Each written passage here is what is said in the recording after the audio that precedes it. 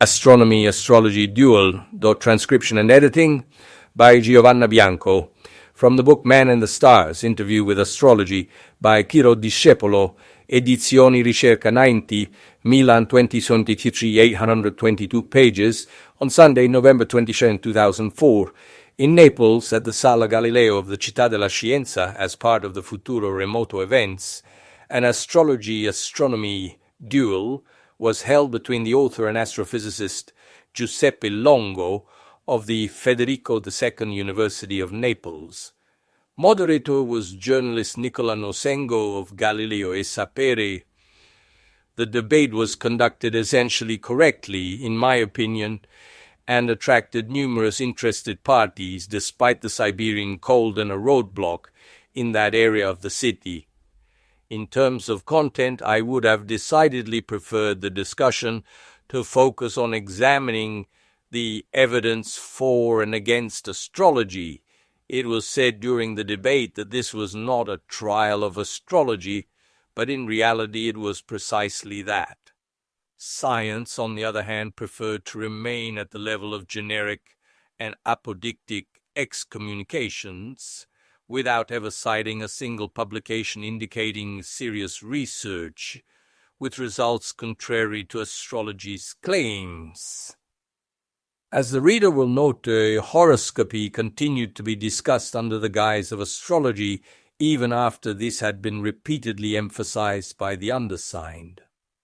Likewise, it has been repeatedly stated that statistic is not a science, and that, while it may be so in some cases, it certainly isn't when applied to astrological verification. You can't falsify generic statements like that Aquarius is a non-conformist. But I got no response when I pointed out more than once that the research of Michel and Françoise Gauquelin or Didier Castille, I deliberately didn't mention mine, wasn't at all generalist. Let's look at how many times, in samples of millions of people, a child is born on the same day as the parent. It has also been reiterated that statistics professors at the Sorbonne, the University of Berlin, and the French National Statistics Center were incapable of understanding that the statistics compiled by astrologers didn't have the prerequisites to be evaluated from a statistical perspective, and thus the thesis was passed that astronomers and astrophysicists understand statistics better than their colleagues who teach statistics. Someone asked me, "Why did you accept such a debate?" For two reasons. One, because I was playing away from home, and the challenge stimulated me.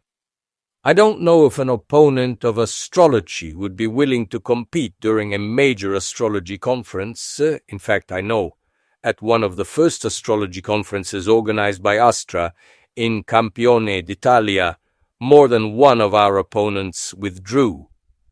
Because what was said will remain written. I sincerely thank Giovanna Bianco, an internationally renowned artist and high school language teacher, for her work transcribing and editing the following text. Happy reading, everyone. Ciro Discepolo. Editor's note. I would like to briefly clarify the direction I felt was appropriate for my editing.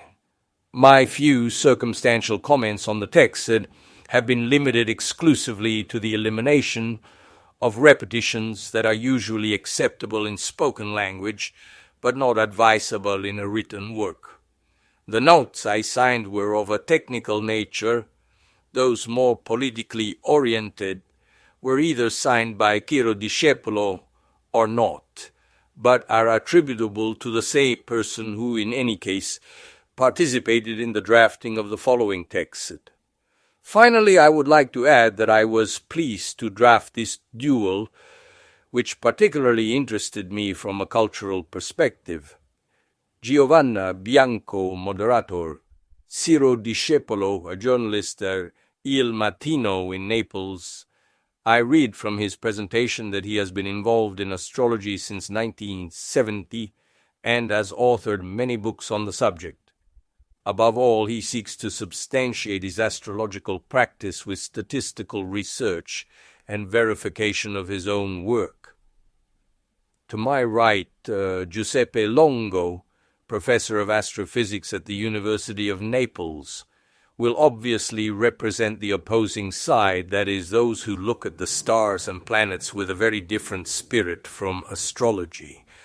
What we're trying to do here today is, I'd say, certainly not a trial of astrology, in the sense that we already see enough of that in other forums.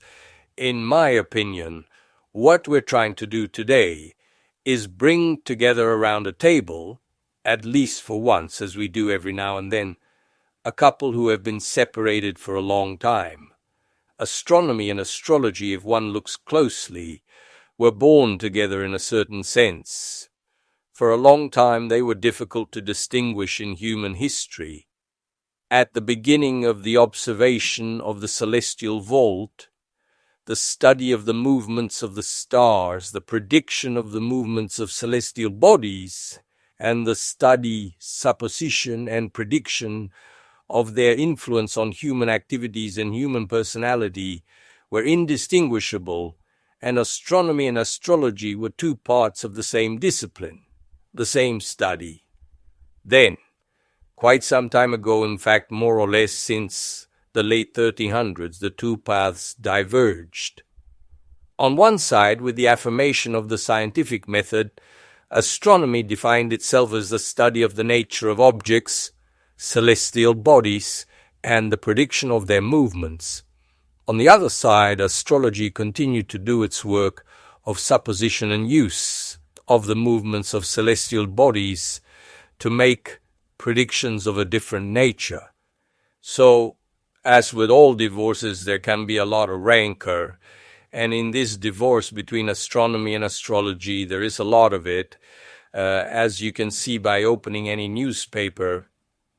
Recently, just to give a couple of examples, not long ago a group of very well-known Italian scientists, which obviously included Margherita Hack, Rita Levi, Montalcini, and many others, published an appeal against the excessive diffusion of astrology in newspapers and on television, seen as a hymn to widespread irrationality.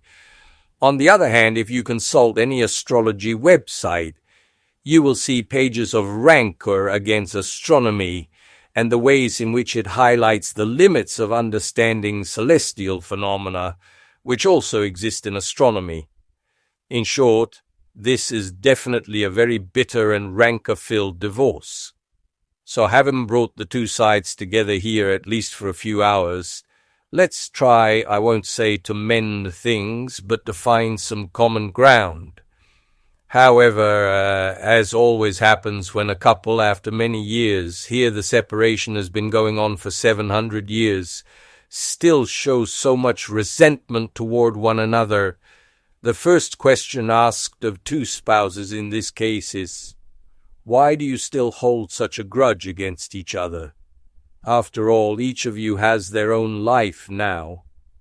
Astronomy and astrology probably appeal to very different audiences, follow very different paths, respond to very different needs, so ultimately they couldn't leave each other alone.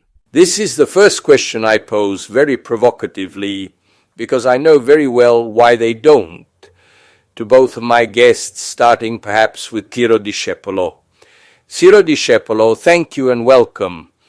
You must allow me to slightly correct what you said, and on this point I would ask for a little more space.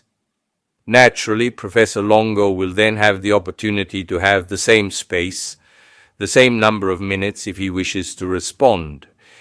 You said that since 1300 the paths have diverged, so let's clarify this point a little.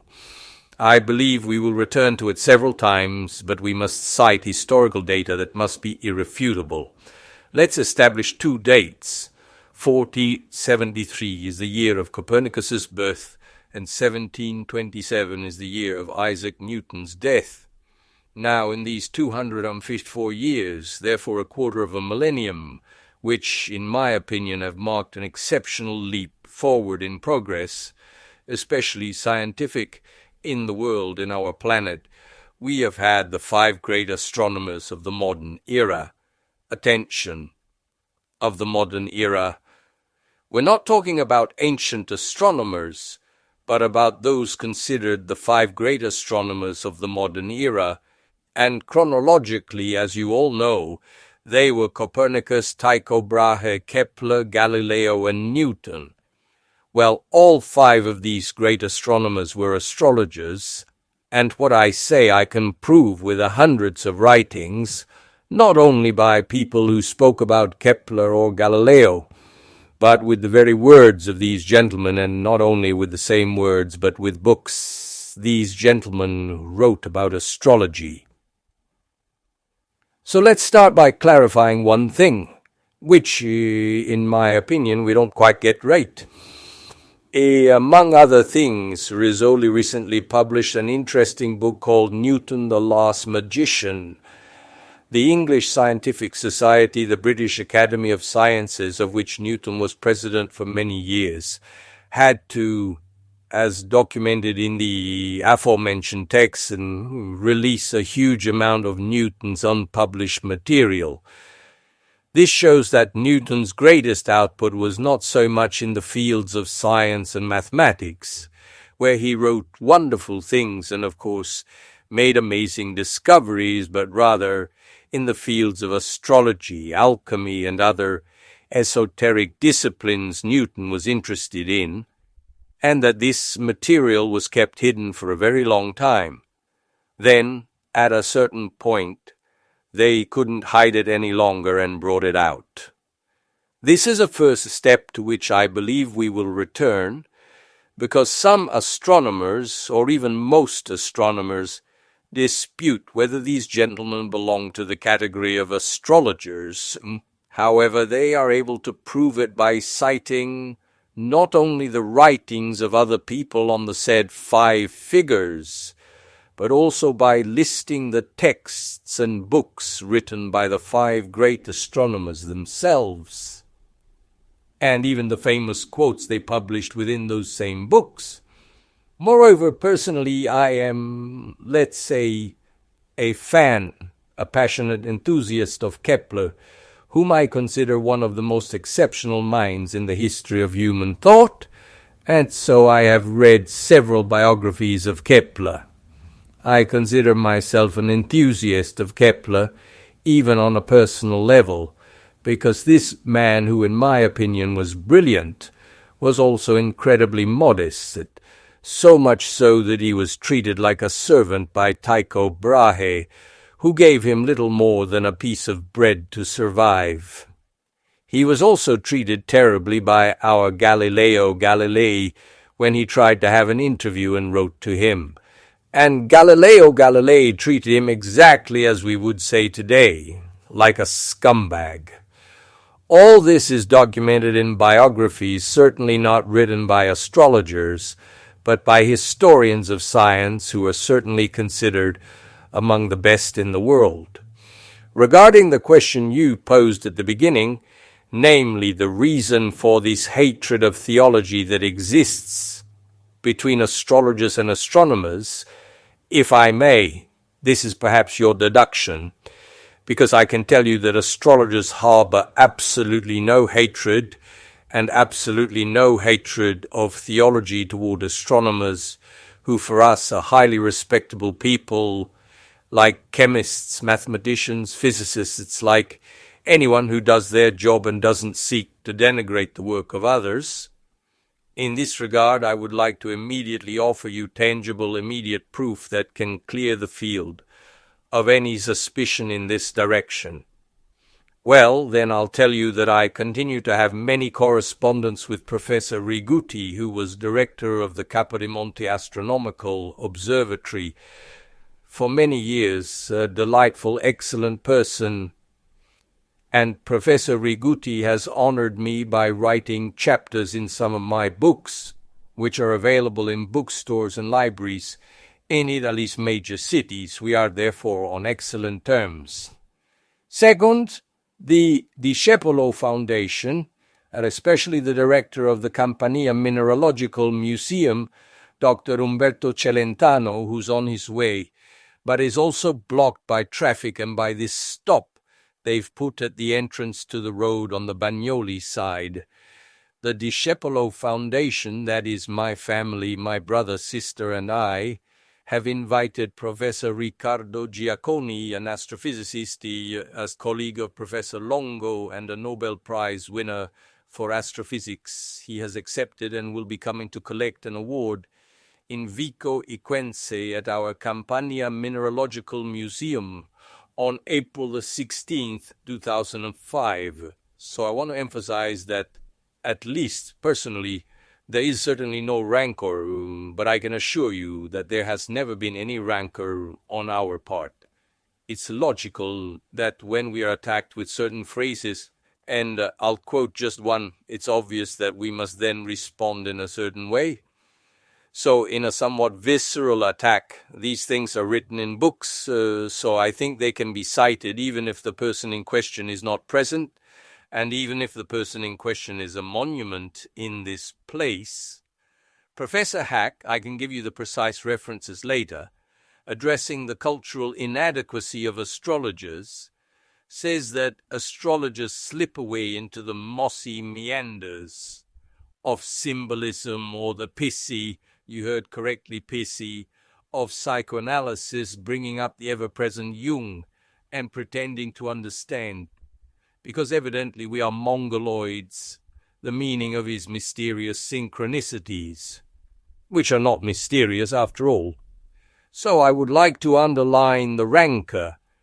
If you read thoroughly the entire history of the debate from an epistemological point of view on the relationship between astrology and astronomy, you will see that astrologers have never dreamed of crusading against astronomers or convincing people not to study astronomy, but rather the exact opposite has happened.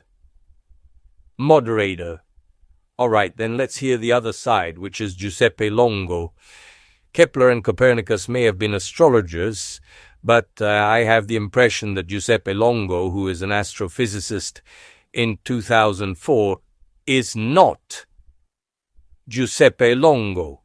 First of all, I dissociate myself for a moment from the abuse of the term mongoloid, which I find unjustly racist. One. The problem is this. I absolutely agree that the greats mentioned above all had an interest in astrology, and the Tetrabiblos continues to be, I believe, a point of reference for astrologers. However, that is precisely the point. That is, this is precisely the reason why astrology and astronomy today are two completely different things.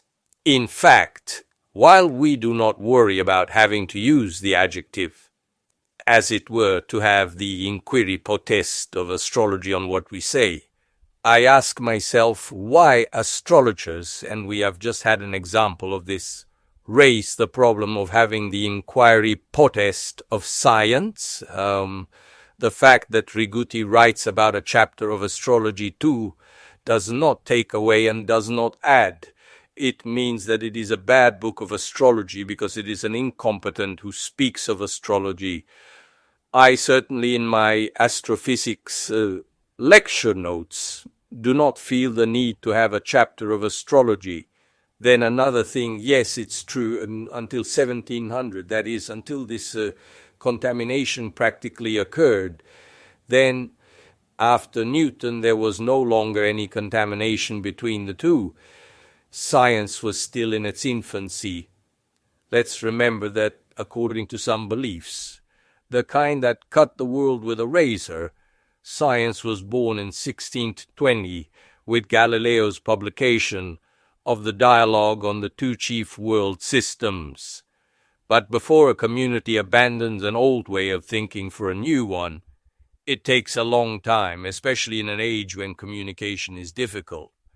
Until Newton's time, what we call the scientific method today didn't exist, but after Newton it did. And that's where the total and irreparable fracture occurred. Ciro Discepolo used terms that a scientist would never think of using. He used irrefutability at the beginning, but science, by definition, is based on refutation. Science seeks to refute. The difference compared to other ways of knowing, is that when science refutes, it does so once and for all.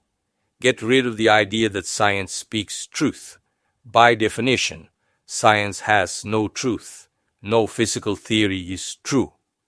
The most that can be said about a physical theory is that that physical theory has not been proven false, and that's where the problem lies. Astrology by physicists has been proven false, therefore it no longer has the right to fall within the realm of scientific disciplines. In fact, what could be my objection to astrology is that as long as astrologers act as astrologers and continue to deal with astrology, that's fine. It's when they try to use that adjective scientific or pass off astrology as a science that makes me angry because it has been proven false. So what is it? Let's pretend we don't understand each other? That's all I have to say. Moderator, so perhaps one of the problems is that in this division, the term suffixology, which usually refers to the sciences, has ended up on the side of astrologers. But I'd like to pass this objection, obviously quite central, back to Ciro Discepolo. Now, whether it's science or not, whatever conception of science we have here, the fact is that if you make assertions and claim to have a method for saying something, the problem of verifiability, of verifying what you say when you work in the field of forecasting, when you have a discipline that deals with forecasting, is a problem that cannot be avoided. So the problem of verifying what astrology says, how do you view it? How do you address it? Ciro Discepolo, we approach it precisely by producing or attempting to produce experimental verifications on very large samples and using scientific tools such as statistics.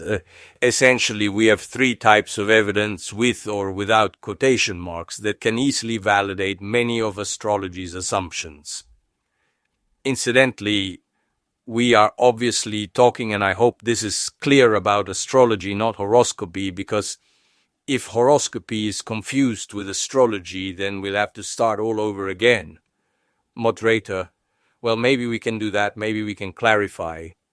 Ciro Discepolo, yes.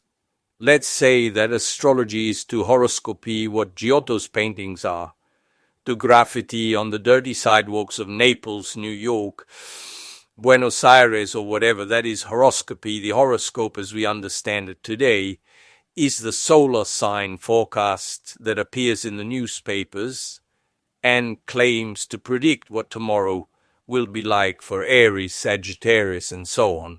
So I totally agree with that, and I would have signed the petition along with Margarita Hack and the others who, without taking away anyone's work, maybe they assign them to the library, these people who do things like that and could invest their time better.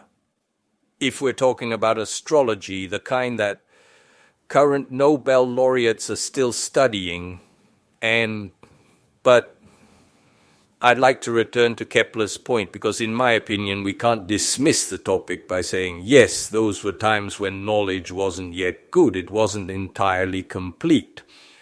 So it would seem that Kepler was a genius when he spoke about astronomy, and then when he wrote about astrology he went completely stupid overnight. And this, in my opinion, is a grave offense to the figures of the great astronomers, the 5 great astronomers of modern astronomy. But the question was about the 3 tests, the 3 types of evidence with which we try to validate, but not in the eyes of astronomers, because we have never considered them to be the prosecutor in a trial against us. we try to validate certain astrological elements for our own studies so as not to go off the rails and say nonsense. Therefore, this is obviously of interest to us internally among astrology scholars. I repeat, there are current Nobel Prize winners who study astrology and are astrologers, and I can give you their names if you want. So in this sense, we have three types of evidence. There's laboratory evidence. I can list which ones demonstrate that not only does the moon influence humans, but also the sun a great deal, with a whole series of laboratory tests, from the test done in the analysis lab, the Takata test, or the fact that our body begins to produce melatonin half an hour after sunset. There's a peak in production, so it actually senses the position of the sun. But I could give you hundreds of examples to the fact that the planets influence life on Earth, and there's evidence I can cite that is used today by industries, not by the magician Otelma, but by industries, and this is a first proof. Moderator, if you could perhaps specify Ciro Discepolo, yes, of course, but I wanted to first explain what the three proofs are, the three types of proof. The second type of proof is being able to demonstrate that the stars have an influence on the lives of human beings, and with experiments that are called matching. That is, putting together realities. For example, a very long series of experiments was conducted by Vernon Clark, a psychologist, who demonstrated that astrologers were able, by looking only at a birth date, to recognize the professions of 10 people compared to a control group that had the same tools and was psychologists, that is only the birth date, and while the control group remained at the level of chance, the astrologers established a very high peak. The third type of evidence is statistical. Out of hundreds of thousands of cases, we have now reached millions of cases that have been tested. So here's the problem. Why do they say science has proven these facts to be false? We should be clear, because if science is represented only by a few professors, then it's clear that they have deemed these facts invalid. However, if we consider that the statistics professors at the Sorbonne, and we can name one, Fabergé, and Professor Tonnier of the Institute of Statistics at the University of Berlin, which doesn't exactly strike me as a third world country, and Jean Porte, who was a professor of statistics at the French National Institute of Statistics, all three have repeatedly validated these results. It would be in bad taste to get involved in this discussion through my statistical research. But we're talking about an adversary of mine, because many believe Michel Gauquelin was an astrologer, and in fact he was an enemy of astrology. These results have been repeatedly scrutinized. Jean Porte was a staunch enemy of these results, because he worked with Paul Koderk, who was the director of the Paris Astronomical Observatory, and after repeated tests, even validated. And what have we achieved? We've had professors from various CI-CAP committees, the twin or brother committees, or cousins, as you might say. One of them stated, if statistics starts proving astrology right, then I'll stop believing in statistics, and that's the story. Moderator. So I'll pass the question of proof. That is, what kind of proof we're talking about, and what proof is in the scientific method on to Giuseppe Longo. However, I'd also like to introduce another topic, which I'm actually offering as an option, in the sense that I'm perfectly aware of the limitations of the comparison I'm about to make, which could get me banned from any association of science journalists. But I'm doing so because I think it raises an interesting point. One thing that's undeniable with respect to the discussion we had earlier, and which I think is worth discussing, is that even science with a capital S, official science, has been dedicating a great deal of time in recent years to a different type of work, that is, forecasting extremely complex phenomena with a very low and very difficult margin of verifiability, at least in the immediate short term. The most classic example is, and it's a field of study currently receiving enormous effort and investment, the prediction of climate change, a work which clearly has a huge margin of error, yet which is fully accepted by official science. Now, I repeat, I'm not proposing a comparison between this type of method and the astrological method we're discussing, but I think it's interesting to better understand how the two sides, obviously different, even in a case of that kind, even in a case where we're attempting to make predictions about very complex phenomena, understand the problem of proof and method. Giuseppe Longo. This is a great question, although it actually has little to do with astrology. Intrinsically complex and chaotic phenomena are one thing. In short, they're two completely different things. So weather forecasting is a phenomenon that we know to be deterministic. Right now, we're unable to solve the problem deterministically simply because of the phenomenon's intrinsic complexity. However, there's a significant convergence towards stable results. We all remember that 20 years ago, weather forecasts were absolutely unreliable. Today, we know that over 24 hours, things are much better. Over 48 hours, there's starting to be a 70% margin of error. And over 72 hours, it's like a lottery, simply because, in the meantime, calculation methods have been refined, as have analytical methods, and much more accurate forecasts are achieved. Complex phenomena, then, are one thing. These are phenomena that currently cannot be described deterministically, for the simple reason that either there are too many variables at play, or the underlying mathematical descriptions are too computationally demanding and cannot be done. The problem is another, and I'd like to return for a moment to the topic of statistics.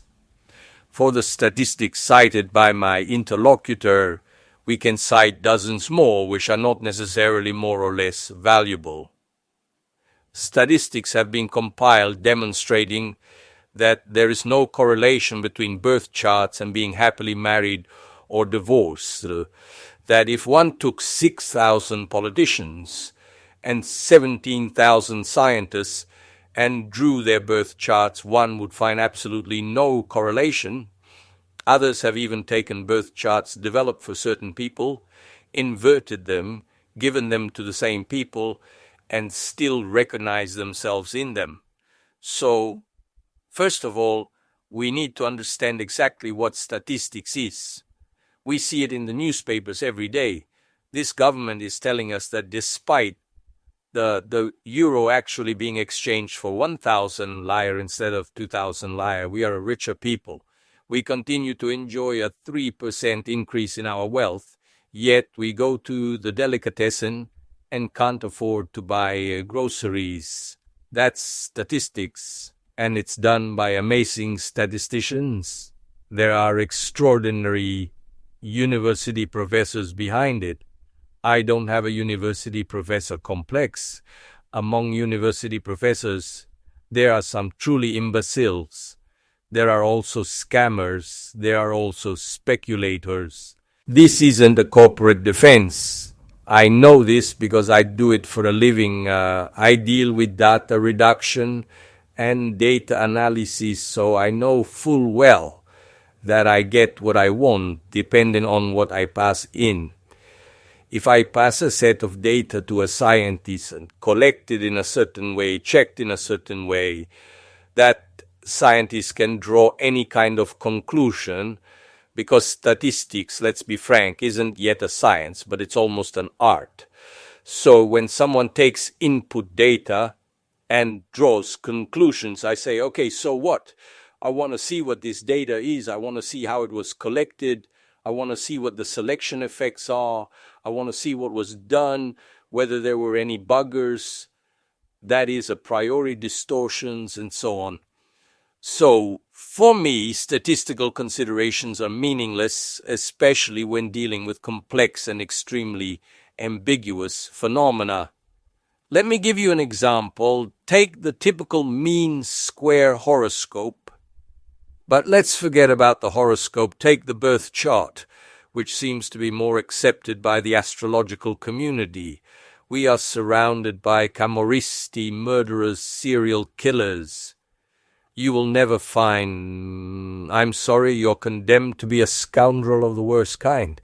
Such a wretch that your mother wouldn't even recognize you, because astrology is always indulgent, always sweet, always nice. Anyone can recognize themselves in it. If you take any birth chart without looking at what's written on it, for example, Aquarius, creative, I don't know, I'll make something up, but it's inconsistent. More or less, we all want to recognize ourselves a little in the creative. I've never read a birth chart where it says, I'm sorry, you're an imbecile. So given that for me, humanity is 50% imbeciles 3 and 50% optimistic, that alone would raise doubts. What do I mean by this? That the ambiguity is extraordinary. Science defines a term, defines it operationally, and owes its success to that. When I speak of electrons, I mean exactly that thing and not something else. Astrology doesn't do this, and it's that ambiguity that then leads to any use of statistics and any conclusion. So if I believe in horoscopes or astrology, in birth charts, I'll take what pleases me. If I don't, I'll take what pleases others. So for me, statistical considerations, like that other nonsense you often hear about the precession of the equinoxes shifting the zodiac signs, mean absolutely nothing. Because if astrology is a convention, whether that convention applies to a shifted or unshifted zodiac sign makes no difference. Moderator. So I'd like to return to this last question of the concordance of birth charts and bring up another point. I'll give it a try. Let's put it this way. That is, on the one hand, I'll lay bare my position, which is supposed to be completely impartial. Ciro Discepolo, who's supposed to moderator. It's supposed to be completely impartial, and it is. But I'd like to try to find some common ground. If I can, I've made a significant point. So, on the one hand, there's a problem that I think is interesting. In astrology, there are two quite different aspects that, in my opinion, don't necessarily have to go together, and it would be interesting to understand how much they do. On the one hand, there's the psychological aspect, the description of one's personality tied to the time of year one was born, and on the other, there's the problem of prediction of how that week, that day will go. So, as far as I'm concerned, I don't believe in horoscopes. That is, in the possibility of predicting how that week or that year will go. Regarding the birth chart, I don't even know if I'm using the terms appropriately, but regarding the importance of the personality issue, I don't believe in almost anything except, of course, my sign, that is, my fundamental belief, which is Capricorn. By the way, I didn't ask my two guests the fundamental question I was supposed to open with, which was, what's my sign? Maybe they'll tell us later. For Capricorn, I found good statistical confirmation of the classic Capricorn personality description. Cold, introverted, ambitious, and rational. And my explanation is ultimately astronomical. So if I can garner a little consensus on this, maybe I've really scored a point. cold, introverted, ambitious, and rational, nothing can change my mind that the time of year you're born and the first months of your life have a decisive influence on your personality, in the sense that your first impressions and feelings are probably crucial. We Capricorns are born at the beginning of winter. During our first 3 months of life, it's freezing cold. You're always stuck indoors. So, cold, introverted, and rational, thank you. You quickly learn to mind your own business and throw yourself into work. That seems pretty normal to me. The alternation of the seasons is ultimately an astronomical issue, so perhaps there's some common ground here. But the crux of the matter, beyond testing this very personal theory of mine, which we might have another debate about, is how necessary is it to bring these two aspects together? Perhaps one has more solidity than the other. That is, after all, why shouldn't the time of year in which one is born, and therefore the first months of life, have some influence on the formation of one's personality? This is perhaps verifiable. Ciro Discepolo. Yes, although not to be offensive, it's a simplification of the whole discussion. However, I'd like to return to some things, if I may, that have been said. I'd start with the point made here that statistics isn't a science, but almost an art. So let's take a small step back. Having been fascinated since 35 years ago, almost 36 now, by the epistemological debate surrounding the relationship between astrology and science, astrology yes, astrology no, and having published 2 of my books on this very topic, I recently felt the need to return to the subject in one of my latest books.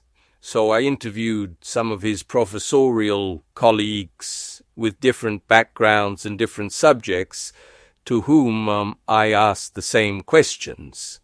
A scientist colleague of his, Professor Luigi Smaldone, whom I believe is highly esteemed by the entire Academy, and whom I was very pleased to have agreed to answer questions for a published interview, when asked whether statistics is or is not a science, replied, "It is a science." Now, Professor Longo says it is not a science, it is closer to an art. I would say, be careful, because here we are entering a minefield. Well, you must allow me to issue a warning to many people here who are psychologists, sociologists, or psychology and sociology students, starting with my little daughter Luna, who is studying for a psychology exam with this textbook that talks about scientific psychology. And it says, in fact, that one of the tools that gives psychology its scientific character is statistics. Well, we know that most psychologists and sociologists conduct research based on statistics. So, unfortunately, I have some bad news for you. I have to tell you that you think you're conducting scientific studies, but instead, you're just making little tiles, you know, the ones on the sand, because from what we hear, what you're doing is completely invalid. Regarding the fact that we're told that statistical cross-examinations have been conducted on astrology work, I'd like to emphasize this. Here, I'll give you an example of these cross-examinations, and then, of course, the public is the ultimate judge, in my opinion. So, Michel Gauquelin produced something like hundreds of statistics that were repeated on different samples for a total of over 300,000 births. In a book by a science writer, whose name I won't mention, entitled Investigation into Parapsychology, 36 lines are written on the subject of astrology. This gentleman, a highly regarded science writer in Italy, says, "But we had C. Evans replicate Gauquelin's proofs." Who C. Evans isn't mentioned, nor is it stated where this work was published, while Gauquelin's works are all published and can be found in libraries. There it said that a professor named C. Evans, about whom nothing else is known, was appointed to replicate Gauquelin's 300,000 cases on a sample of 90 cases. Having found nothing of what Gauquelin claims, the gentleman who wrote this book states, "As you can see, it's proven that Gauquelin's lifetime of experiments and research can be considered spam. So let's settle a little rule in our outlook. If any of Gauquelin's files arrive, consider them spam, trash, and throw them in the trash." This means that our statistics have a name, surname, address, and publication date. They were, as I said, verified at the Sorbonne, not by the editorial staff of Novella 2000, at the Sorbonne and not at the Institute of Cinema History, with all due respect to the Institute of Cinema History, but at the Institute of Statistics. They were then replicated at the Institute of Statistics in Berlin, and then at the French National Institute of Statistics. This is to say about the issue of first and last names in statistics. Furthermore, it was said that all horoscopes are lenient. In fact, there has been a correction, not the horoscopes, but the birth chart is generally lenient, so one tends to recognize oneself, and then it's good for everyone, so... Excuse me, let's take a step back again. I don't quite understand. Are we talking about astrology or horoscopy? Because if we're talking about horoscopes, for example, this morning, I listened precisely because I was curious having to talk about it. I listened to what they're doing on TG5. I don't know who does this dodgy thing. And it announced, Cancer people will have an interesting meeting today, and indeed it's an interesting meeting on my part, with Professor Longo and my fellow journalist Nosengo, but nevertheless I want to say that horoscope editor's note has nothing to do with astrology, so you can't, blame us for the somewhat confused attitude, let's say, without wanting to offend those people who do such things, who confuse astrology with horoscopes. If you wanted to read horoscopes of people treated by astrologers, horoscopes intended as a study of the person, precisely by going back to the etymology of the word, which, as you know better than I, means looking at the time of birth, horoskopos from the Greek, to look at the time of birth, of course. Then if we look at the time, we assume we must look at the day, the month, the year, the hour, and the place. So if we, for example, go and read Hitler's birth chart or the birth chart of the so-called sweethearts, I call them the monsters of Novi Ligure, who murdered the entire family. If you go and read them, they're on the internet, I don't think you'll get the impression that it's something sugar-coated that anyone can identify with. There's a blind beating there, one might say, compared to these people, Giuseppe Longo, a priori, Ciro Discepolo toward the audience. I don't understand, sorry. For the benefit of the reader, it should be noted that the acoustics of Professor Longo's microphone were terrible on Discepolo's side, and only during the editing of the audio files was it possible to recover, through a slow and patient process of sound filtering, several sentences that were either not heard or understood by those present editor's note. So, here we introduce another topic. In fact, I had noted it, but I hadn't gotten to it yet, that of prediction. But we're not talking about prediction. We haven't gotten there yet. Don't worry. We'll get there easily. And then there's the distinction between prediction and forecast. And I'd like to hear from one of you if you can make the distinction for me. Yes, I can easily do it for you. I have no problem. So, since prediction is an aspect of astrology, but it isn't astrology, I'll tell you the prediction right away. The professor said earlier, for verification, The statement mustn't be vague, but it must be precise. Very well, now I'll give you a precise point, and we can measure ourselves against that.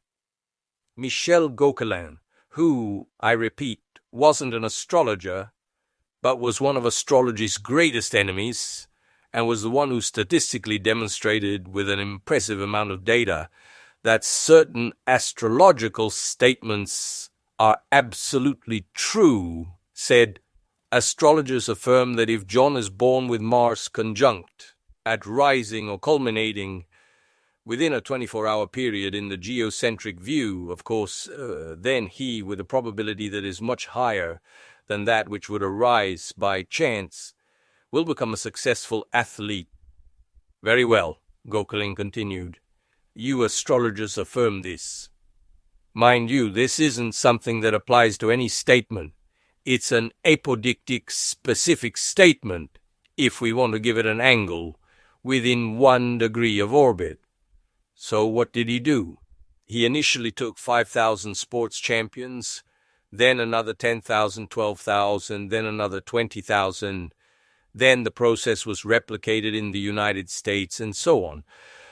Sports champions means collecting all the sports champions of a country with their registry data. So Gauquelin didn't take the youngsters from the budding Napoli team. He went and took Merckx, Senna, Panatta, the sports champions. And what did he discover? It turned out that this statement was true, that is, that sports champions are born with Mars on the midheaven or ascendant, and this was demonstrated in an impressive statistical confirmation, thus vastly outperforming the calculus of probability. Moderator. So, Giuseppe Longo, I saw you jotting down a lot of points. Giuseppe Longo. No. First of all, it's freezing cold. Moderator. Yes, that's objective and verified. Giuseppe Longo. It's not that I want to leave, it's just that I want to survive until the end. Let's get back to a question for a moment. I have to tell the truth. There are some things that leave me perplexed, especially this constant self-quoting. Ciro Discepolo shrugs and points out that precisely to avoid quoting himself, he spoke of Gauquelin's statistics and not his own editor's note. I think we are all adults, mature. The fact of having a book or 2 books changes nothing about the truth. Science has never suffered from authority complexes. The best nonsense can be written, as the daily press proves the best truths can be kept silent, so let's limit ourselves to the facts also, because sometimes facts can be used in various ways. Colleague Smaldone, dear friend, dear colleague for whom I have the highest respect, I'm sure it's the usual speech. I think it was Mazzarino's. Give me 3 lines of anyone's writing, and I can send him to jail or to heaven. 3. I'm sure that if Gino had heard what I was saying, he would have agreed with me, because I think I see quite a few physicists in this room. We all know very well that what I said was correct. I didn't say that statistics is bullshit, for God's sake. I've actually been working in it my whole life. The bulk of my scientific activity is related to it. The problem is that if I don't have absolute control over the data I input, and if I don't have absolute rigor, which is sometimes impossible to be very careful, the terms I use can give me any result. It's no coincidence that it's well known that psychologists are the first to have enormous problems interpreting their statistics, because while terms like electron and proton can be defined unambiguously, other terms like intelligence and sensuality, that is, themes related to the complexity of the human sphere, cannot be defined unambiguously. For example, let's do intelligence tests to give an idea of how statistics can be used as desired. What parameter do I consider representative of intelligence? The ability to play word games, the ability to combine numbers, the ability to rotate objects in space. Anyone who's taken intelligence tests knows that there are verbal aptitudes, spatial aptitudes, and numerical aptitudes.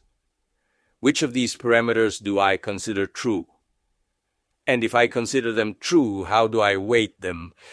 As we move away from the simplicity of elementary physics, statistics becomes an art, I repeat. And I'm truly ready to write it because it becomes an art of interpretation with enormous arbitrariness behind it. This is why I say that when we move into the humanities, statistics is no longer, and this is once again the abuse of notation, what it is for physics, which is an absolutely rigorous science that can also evolve into theories like chaos theory and so on. It's something completely different. It becomes a way of trying to extract a grain of truth from data that are inherently ambiguous. So, whatever conclusion you draw, in the end, it has the same degree of truth as the data I put into it. So, as a person should do, you go there, see how the data is structured, see if it convinces them or not. And then afterward, there's this interaction within the scientific community, the debate, whereby someone can say you're right, you're wrong, and there they discuss. The problem is another. Astrology doesn't make predictions, if I understand correctly. Ciro Discepolo, no, I never said that. Giuseppe Longo, does it make predictions? Then, excuse me, I'm forced to say, I, like you, on the other hand, had done some research. There are some things that leave me perplexed. The funny thing about these meetings is that in the end, both I and my opponent in this debate actually do them for fun, because those who believed in astrology before will continue to believe in it afterward, and those who think it's superstition will continue to believe it. I have no pretensions of proselytizing. Perhaps that's also why you see me as somewhat playful. But from my point of view, let's say that as a scientist, I'm rational and want to be convinced of things, so one does a bit of research. I'm not one of those scientists who don't do any research. I've been involved in astronomy since I was 4 years old, so astronomy, astrology, astrophysics, everything, in short, have passed me by. Andreotti's accusation for mafia association, Di Pietro's resignation as magistrate, the car bomb in Oklahoma City, no one had foreseen them, however. On the other hand, Barbanera will not be an astrologer, but will be a horoscope. Read it, I won't read it. Antonino Ansaldi and Maria Carla Ganta, these two will be horoscope readers and will not be astrologers, okay? However, the Berlusconi government was voted out of confidence. The antitrust law was not approved. Pivetti did not fall in love with an intellectual, nor with a sailor, or if it happened, it remained secret. But at the time she still declared herself a virgin. A mafia emergency did not break out. Renuccio Boscolo, a particularly extraordinary person, in his interpretations of Nostradamus, who, please, if I had been born in his time, I would have slapped him. But above all, for the waste of paper, he made Nostradamus right. 4. Read them, that's what I want to say. But then National Examiner, Weekly World News, Jane Dixon. I don't understand the distinction between astrology and horoscopy. If any of you have, please explain it to me, because I'm always happy to learn new things. Old Moore Almanac. There's a mistake here which supposedly meant there should have been a high probability of a coup in Italy, new political elections in December, and so on. From Ciro Discepolo, Di Pietro will emerge from the controversy that has engulfed him. If he then spends October 1st, his birthday, in Aosta, he will have the chance to become prime minister. How did it go? In December, Di Pietro's indictment was intensified by the controversy surrounding him. Perhaps it wasn't October 1st in Aosta. That's an ironic joke I wouldn't have made, but I just copied it from the internet. I'll continue. 1990. So what I want to say with the utmost respect for passions, it wouldn't cost me anything to enjoy astrology just like other people do. What makes me angry is when astrology claims to have a degree of truth, because it doesn't have it, just like so many other things don't. Above all, it doesn't have a degree of scientific truth, gentlemen. Science is a truly, profoundly serious thing, and above all, one last thing, and then I'll really wrap this up. There's the underlying issue. Science is about the search for truth. I can assure you that if there were any truth to it, don't believe those who tell you science is hiding the truth about UFOs. It's bullshit. With today's hunger for positions, if someone could prove that UFOs are real, they'd win the Nobel Prize and be a tenured professor. Science doesn't hide the truth, for God's sake. Science has a very specific method. If someone manages to find a grain of truth, I'll be the first. If there were even the slightest bit of evidence, even a tiny bit, I'd do it as a line of research.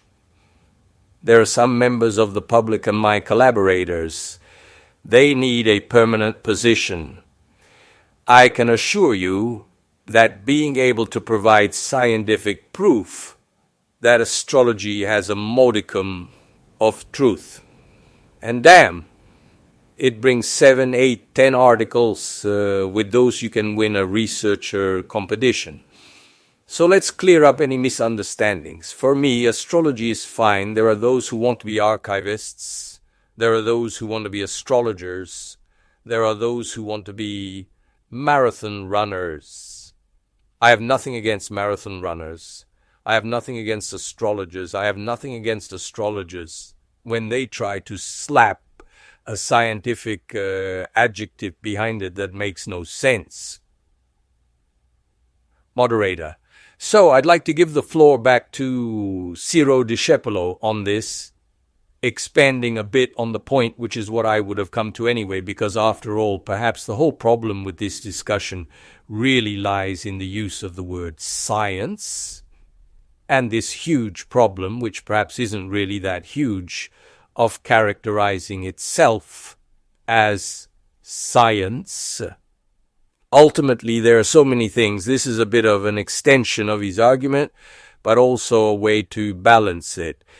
Ultimately, there are many things in the world and in cognitive disciplines that cannot be classified as science, especially from the point of view of physicists. Physicists, and I believe astrophysicists, are no exception. I know this well. I don't know if it's the case, but many of them don't strictly consider disciplines like biology or to be entirely scientific. Giuseppe Longo. I teach physics for biologists. Moderator. But I mean, there are many things that cannot strictly be classified as science, like literary criticism, history. I have a historical background. History doesn't follow the scientific method, the one defined by physicists, but woe betide anyone who tells me that history, like psychoanalysis, like literary criticism, like semiotics, you name it, doesn't have a truly significant place, doesn't have full citizenship in the cultural landscape, and hasn't made an enormous cultural contribution to world knowledge. Is it so important, after all, to characterize itself as a science? Ultimately, from my perspective, I'm a journalist, so I trivialize a lot, but I also see things from my perspective. Astrology or horoscopy or anything that falls within this field is an excellent journalistic genre. I said before that I don't believe in horoscopes, and I stand by that, but I read them every week. Newspapers are full of things I read regularly, that I don't necessarily believe, or they're full of things we tend to believe that we'd be much better off not believing. Astrology functions as a journalistic genre and has full dignity as a journalistic genre, so ultimately, wouldn't we all save ourselves a lot of trouble if we avoided this entrenchment in the term science? On the one hand, I say to Ciro Discepolo that there are many things that have full dignity and merit in the world without being science. Woe betide if only what is scientific had the right to be taught, read, and cultivated. And on the other hand, I think Giuseppe Longo will agree with me on this point, namely that the scientific method does not exhaust knowledge, interaction with the world. There are many other things to which we dedicate our time. But the question precisely for Ciro Discepolo is why all this need to be accepted into the citadel of science, which leaves out many other things besides astrology, rightly so because it does its job. Ciro Discepolo. Personally, I do not aspire to enter the citadel of science, and as I said at the beginning, I have also demonstrated with objective facts there is no that odium theologicum on the part of us astrologers that was referred to earlier. However, I will need a few more minutes to respond because, given that Professor Longo had said that we should not personalize the question, and then he put up a poster. For many minutes at a time, a CICAP phrase was projected on the screen in the room that attributed a wrong prediction to Ciro Discepolo, editor's note, for a quarter of an hour in which he recalled a golden hoax that CICAP had awarded me, which I am honored by because I am the favorite target of CICAP, and since Margarita Hack says that I am the astrologer that she dislikes the least, and then this can also be an element of pride. I was saying I should have time to respond to all of this because there was no need to mention that alleged wrong prediction of mine, and I hope to be able to do so with the consent of the supporters of the professor's B-curve, both in the film and in the sound, which can be played at any time. You can see stadium-like cheering from Professor Longo's students who applaud and cheer. The professor, they'll have to take the exam with Ed. Coming back to us, let me briefly tell you the story of the golden hoaxes. Giuseppe Longo. Look, forgive me for a moment, these are rhetorical tricks. There are no supporters from Curva B. It's not like we brought the claque. Ciro Discepolo, the public is here and can judge for themselves. There's no need for us to pass judgment. The story between me and CICAP is as old as the hills, and began a long time ago, when a certain gentleman on television said he'd produced statistics showing that the things astrology was saying were all nonsense.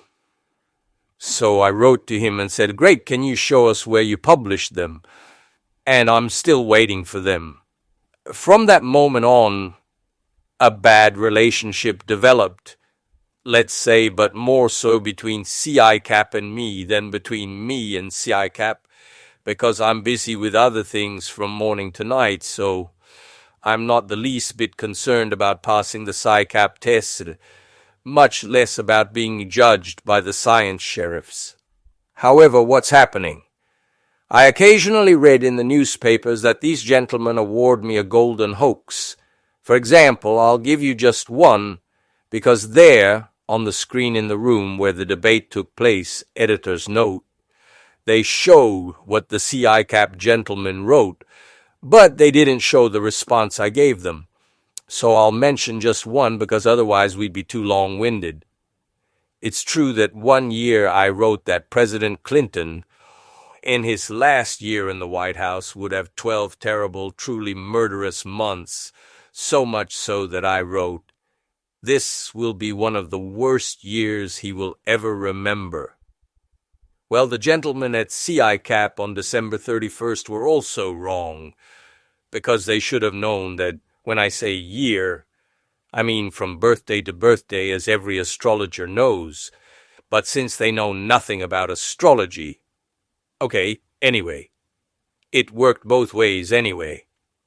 On December 31st, they awarded me the Golden Hoax because, according to them, Clinton, on the other hand, had had a magnificent year. So I sent a statement, an email to ANSA, which was later released, in which I simply said that I felt obliged to return this Golden Hoax by the same means by which I had received it, that is, over the airwaves, because evidently I didn't deserve it. It was an honor they were doing me, but one I didn't deserve. Why? Because there are 3 well-known facts, and I'm talking about facts, not suppositions. So Clinton was leaving the White House, and I don't know if she had organized a party to celebrate the fact that she was leaving the White House. First point. Second point. Anyone who reads the newspapers and keeps up with political information knows that Clinton's enormous effort in the last year of his U.S. presidency was to try to revive the Camp David Accords, that is, to bring the Palestinians and Israelis back to the negotiating table, and right around December 10th to 12th, the end of what they considered the calendar year, this attempt failed completely. Therefore, all of Clinton's policies, all of his political efforts in the last year of his presidency failed miserably, because both sides said they didn't want to continue the discussion. The icing on the cake on January 2nd, these are historical documents, you can find them. Clinton underwent surgery for skin cancer. Did you know? He certainly didn't develop skin cancer on January 2nd, but the previous year. So I said, since I had spoken of a terrible year for Clinton, and you awarded me the Golden Hoax because I had made too many mistakes, I don't deserve this prize you wanted to award me. I'm giving it back. This was to respond to the point about the huge publicity the professor kindly wanted to give me. Then there was something else I wanted to tell you. We absolutely have to get back to statistics, because here someone said, it's true. Maybe I expressed myself poorly, but I use statistics myself. Statistics is an exceptional thing. But be careful, because it must be done properly. It must be done in a certain way. Well, I think the professors of statistics at the Sorbonne know how statistics should be done. I think the professors of statistics at the Berlin Polytechnic and the University of Berlin know how statistics are done, and therefore they are well aware of the limits of statistics.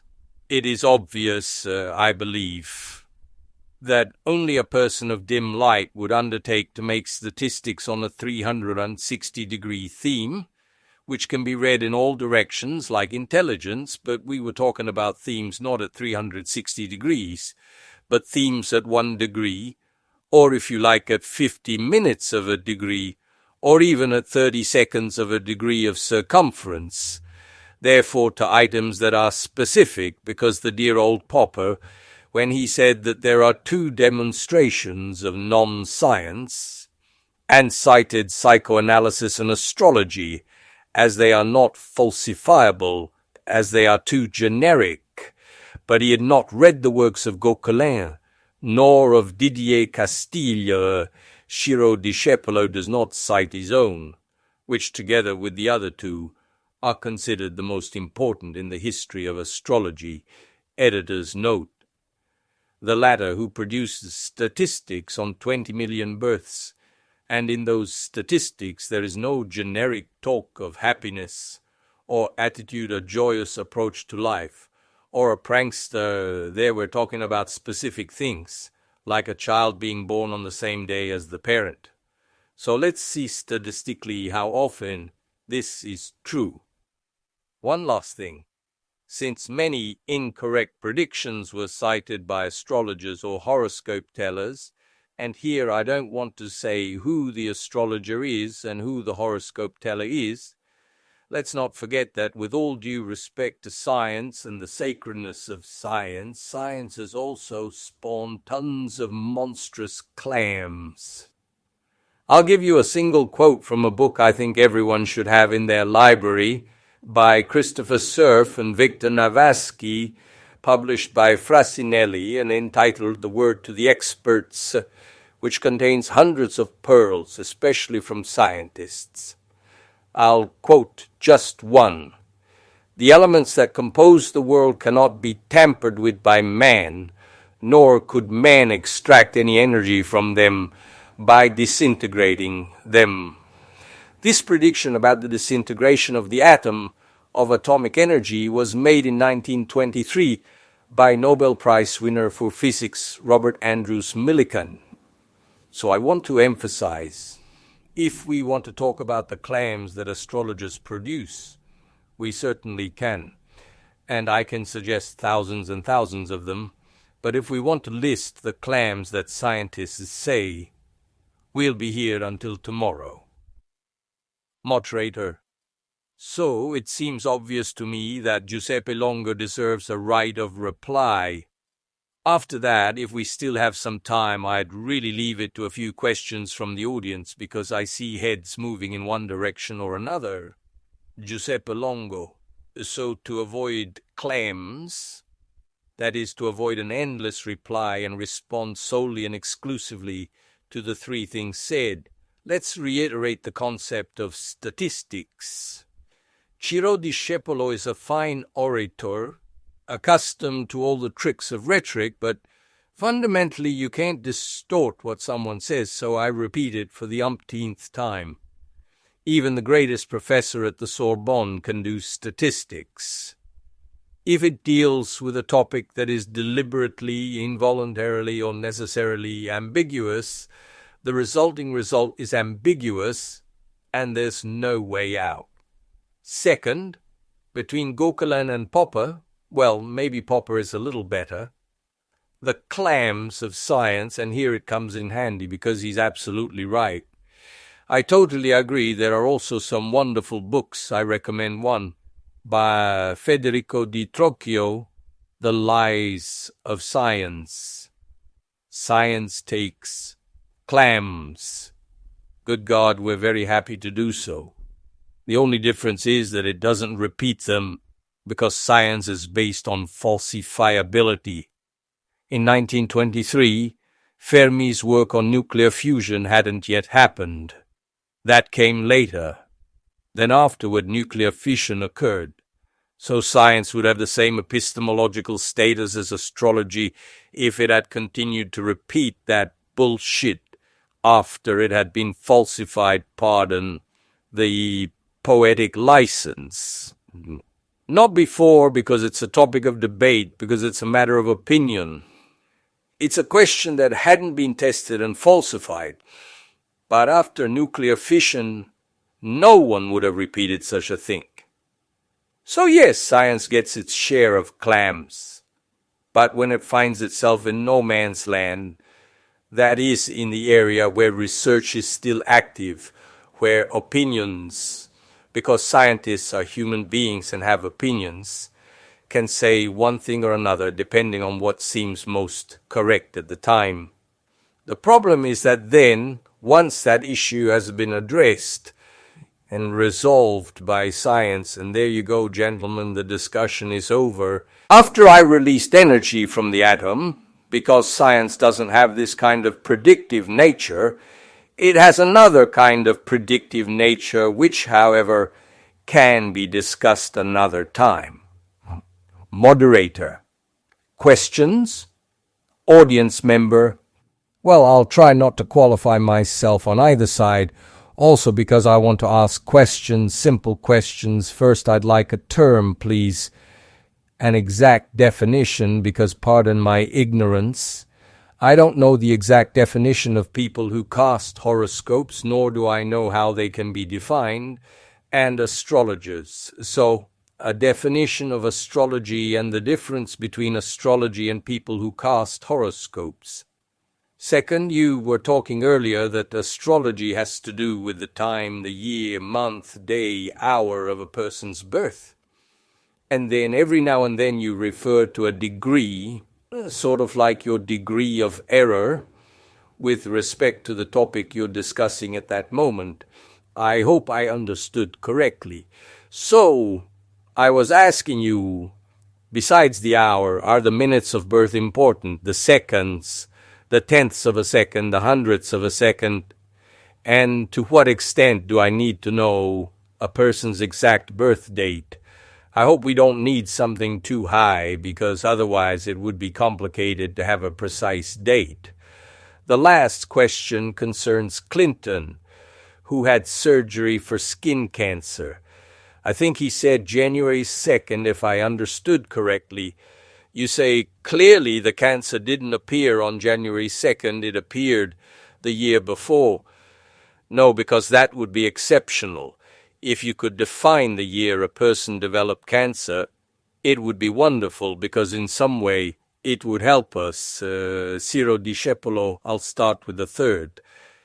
It seemed obvious to me that I was oversimplifying, meaning it's obvious that neither I nor Clinton nor the doctors know when his cancer developed. But I want to say that Clinton certainly learned in the days leading up to January 2nd that he was going to have cancer surgery, and someone who receives the news in the course of a year that he has cancer, I don't think it's a good year for him in any case. If you then consider it a splendid year for Clinton, then that's another matter. Regarding the other two questions, which are more than legitimate, this observation seems fair to me. We haven't had time to define this, but it's appropriate. Astrology, we might say, is the discipline that studies what happens on Earth in connection with the movements of the celestial bodies in our solar system. So the stars have nothing to do with it, the constellations have nothing to do with it, and this is what astrology studies, where it prioritizes, I'll be more specific now, minutes, seconds, etc. Horoscopy has nothing to do with astrology, because you understand that when we talk about the Aries or Sagittarius, we could also say sanguine, but we could also cast a horoscope by taking taxi drivers or literary figures as a category, and then we cast a horoscope by saying literary figures will do such and such tomorrow, because that's a pretty stupid abstraction. It's clear that humanity can be divided into 12 categories and said, tomorrow these people will produce this, and these others will be characterized by that. Regarding precision, it's easy to provide a measurement. Since the Earth's circumference is 360 degrees, if we consider the measurement relative to a precise point, here we need to distinguish between true day, solar day, mean day, universal time, Greenwich Mean Time, and ephemeris time, and if you like, we can do that, because these are things that need to be clarified, but let's abstract and refer to the mean day, or whatever we want to define it. In approximately 24 hours, 360 degrees of the zodiac means that if we take the time zones as a reference, which as you know are 24, 12 to the east and 12 to the west, each time zone encompasses 60 minutes, and every 60 minutes represents 15 degrees of circumference. So you can easily calculate that every 4 minutes of clock time, there's a shift. Naturally, this is in our geocentric view of the circle we're studying in the natal sky of 1 degree. Now, we naturally aspire to 4 minutes. We'd like to have precise times within 4 minutes, but we almost never have them. We settle for 10 to 15 minutes, where we obviously make small errors. 4 minutes isn't an error, because 4 minutes gives us 1 degree. Yes, tell me. Audience member. No, I meant the error in measurement. You'd like it to be 4 minutes, just 1 degree. Ciro Discepolo. I'd aspire to have precise times within a 4-minute range, because we astrologers know nothing about individual degrees, and I have no problem saying so, so much so that I believe it's the most fallible part of astrology. There are authors who call the 23rd degree of Aries a terrible degree, and there are others who say it's wonderful, which suggests they're all wrong. Audience member, that is, you don't have an accuracy of less than 1 degree. Ciro Discepolo. Below 1 degree or 4 minutes we can't say anything, and therefore personally I'm content with 10 minutes or a quarter of an hour.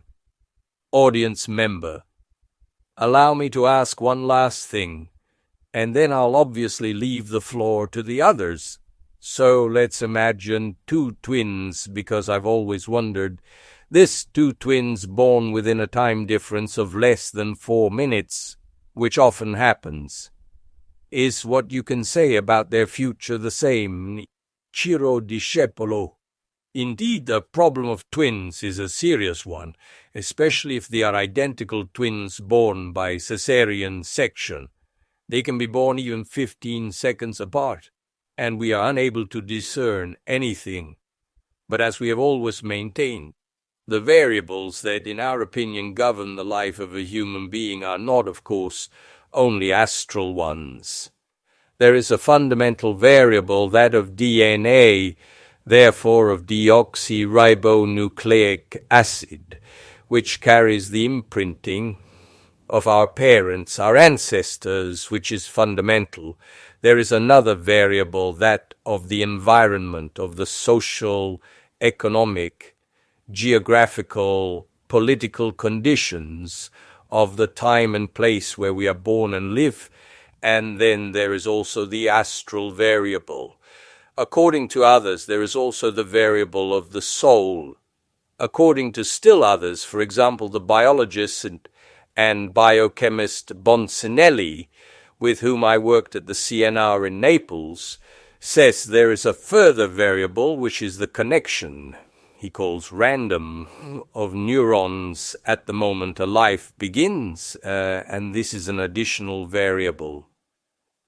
Regarding twins, I would like to say one last thing.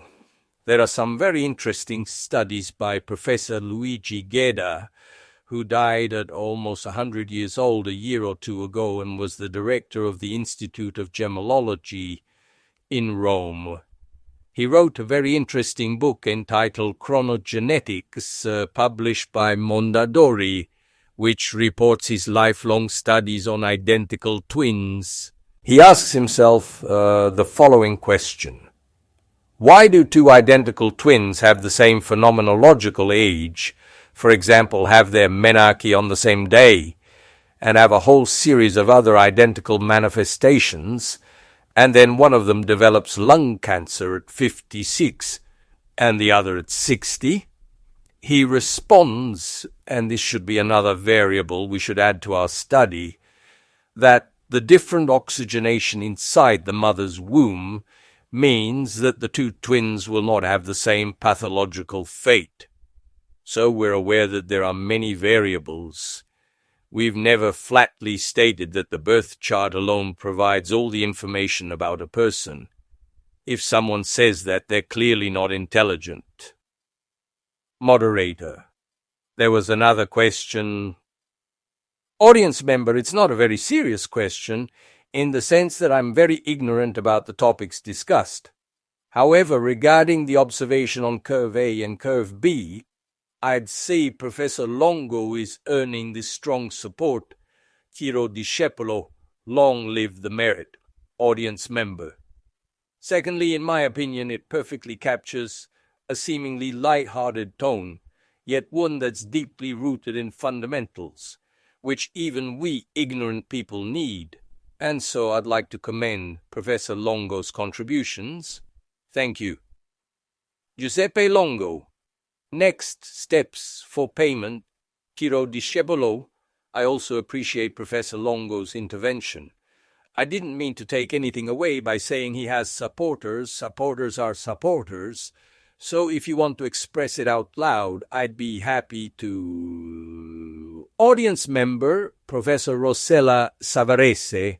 I'm Rossella Savarese from the Faculty of Sociology, and I have a few questions for my colleague Longo. From what I can see from the audience, I applaud him because his rhetorically well-used arrogance, not only toward Discepolo, but toward all social scientists, has had the same dramatic effect that, unfortunately, some very popular television programs also have. However, I did have a few questions. In the meantime, I'll ask you, if you'll allow me, I'll ask you, Giuseppe Longo, we're colleagues, so Rossella Savarese, why do you talk about the falsification of an entire science? When Popper spoke of falsification, as you reminded us, and when Kuhn spoke of scientific revolutions, they were talking about the falsification of a paradigm within science, and therefore it's difficult to falsify an entire science, be it astrology or physics. So this is the first question. Why did you speak of the falsification of an entire science? Another question is, why do you speak of the falsification of physics and then of the fact that physics or astronomy, therefore the sciences, provide a definitive answer? I don't see it that way. The answer isn't definitive. Referring to Popper or Kuhn, if every time there's a new scientific paradigm introduced by a neophyte, or in any case a new scientific paradigm, at that point there's no definitive falsification. All sciences are in fieri. And not only that, but there's a resistance from the scientific community to accepting the new paradigm. And so this seems to me like another way of saying that science doesn't exist and there are no sciences versus non-sciences. So what do you think? Are the social sciences no longer sciences? Giuseppe Longo, can I answer you? Rossella Savarese. No, I'd like to finish my entire argument.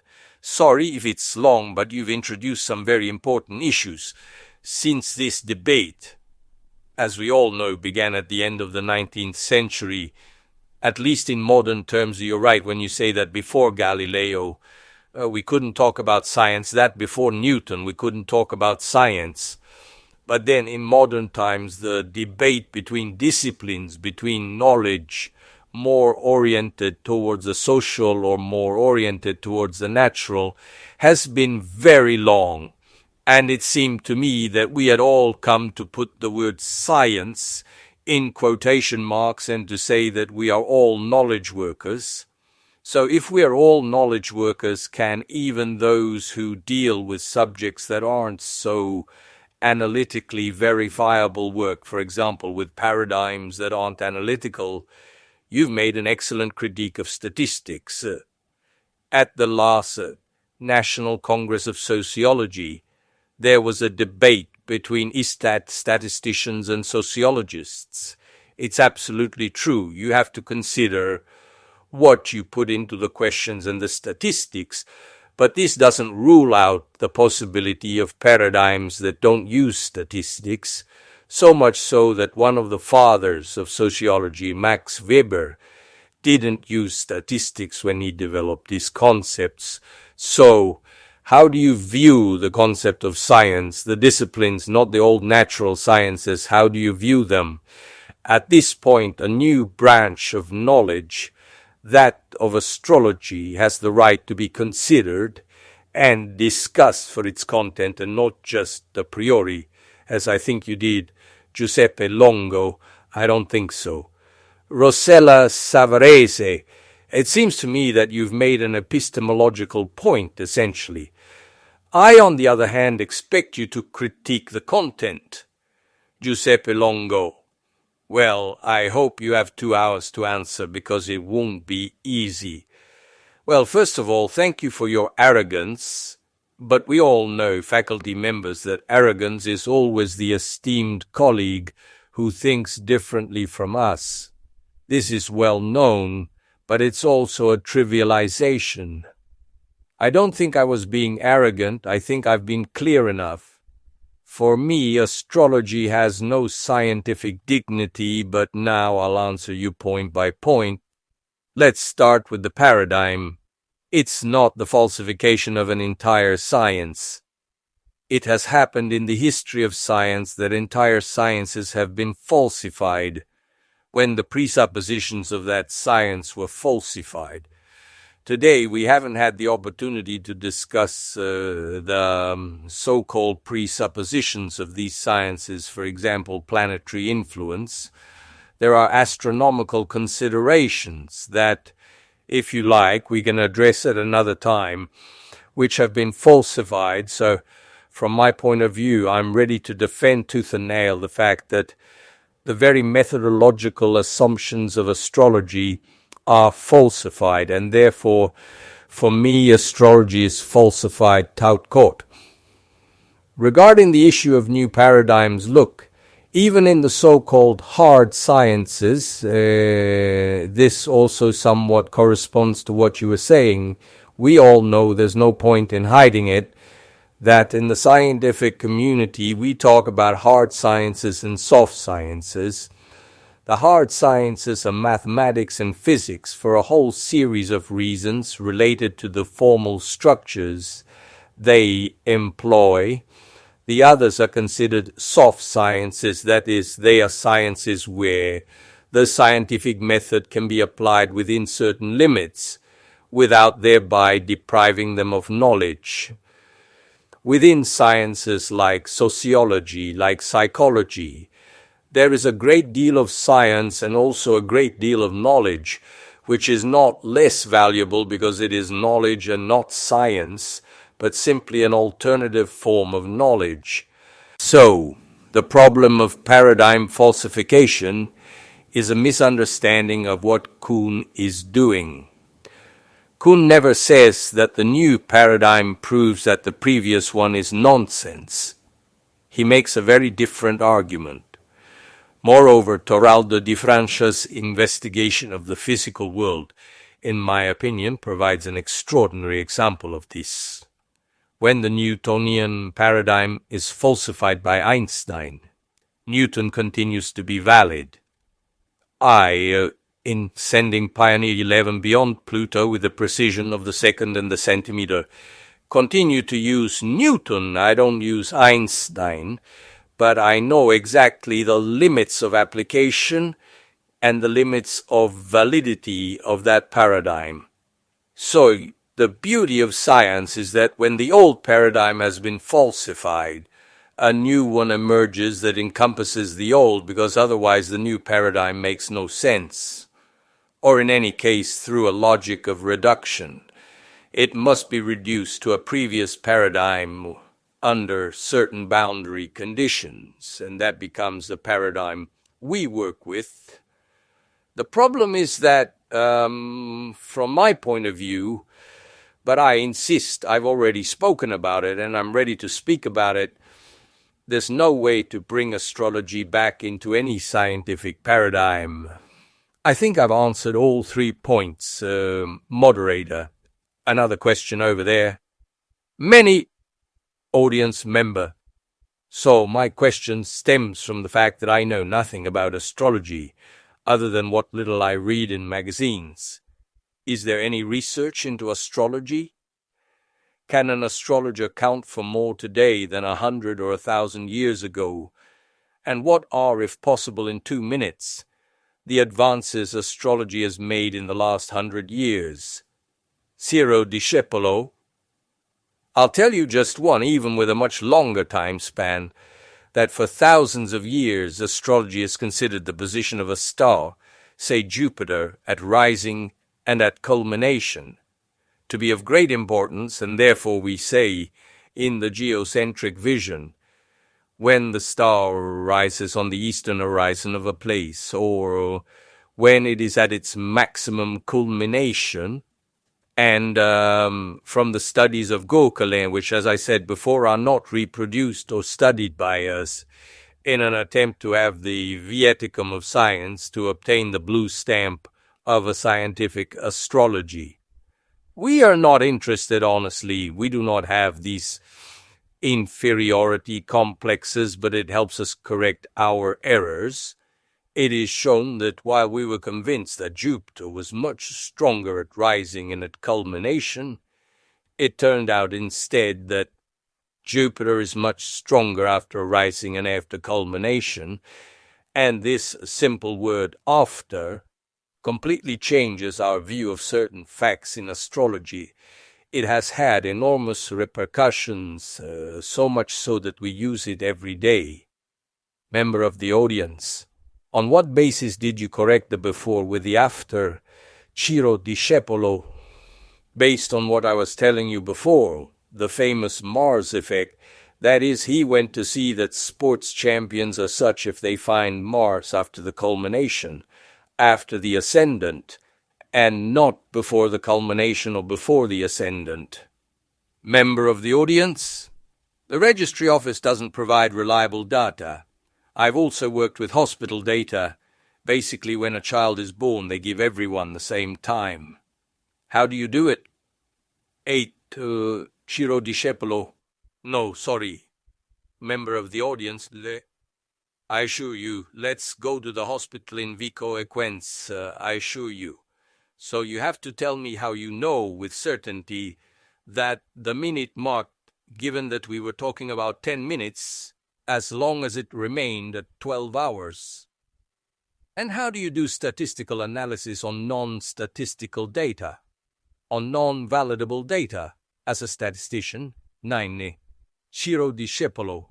So let's say that it's absolutely not true that all birth certificates have the same times, because, as I told you, all our work is published. Gauquelin's data collection, which he worked on, includes about 30 volumes with registry data. In this case, he worked first in France. It's true that the French, German, and Swiss registry data are much more credible than the Italian ones. I said that we haven't defined what the Gauquelin zone is, so if you knew what the Gauquelin zone is, you wouldn't ask me this question, because Gauquelin, I can't show you right now, or I can show you if I get on the computer for a moment. If you kindly connect me to the computer, I'll show you the Mars effect that Gauquelin discovered. And from this diagram, you'll be able to understand that it doesn't matter if the subject was born a quarter of an hour earlier, or a quarter of an hour later, or even a half an hour earlier or later. Half an hour later. Can you see it? Audience member. Excuse me, I'll take advantage of this pause to make just one comment. I have no questions because I believe the issue has been thoroughly explored during the discussion. I just wanted to say that I'm not afraid to take a stand and say that I don't believe in astrology because it has no scientific basis. Thank you. Moderator, we take note of that. Ciro Discepolo. All right. Just as I have no problem saying I'm bald, in my opinion, look, we're on the same level in making a statement like that. Audience member, can I take a moment? 2 very quick things. Just to pick up on the boy's point, I want to explain how my birth time was established. Ciro Discepolo. There's no need to shout. Audience member, no, it's for the microphone. So I was born at 8:15.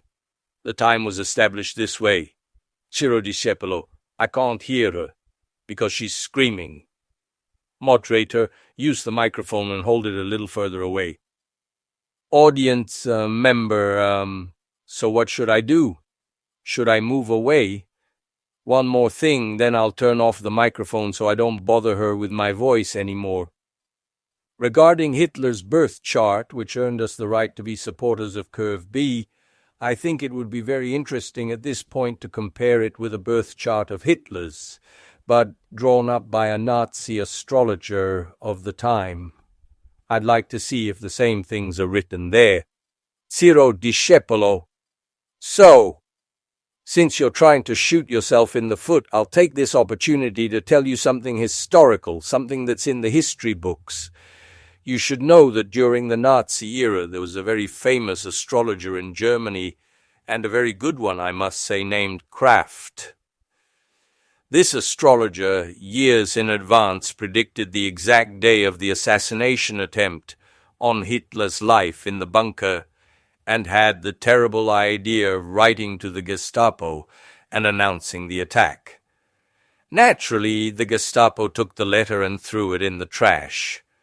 All this, incidentally, is described quite amusingly in a very thorough historical book by Elik Howe, published by Mondadori and entitled The Astrologers of Nazism. This is because, in fact, not everyone knows this.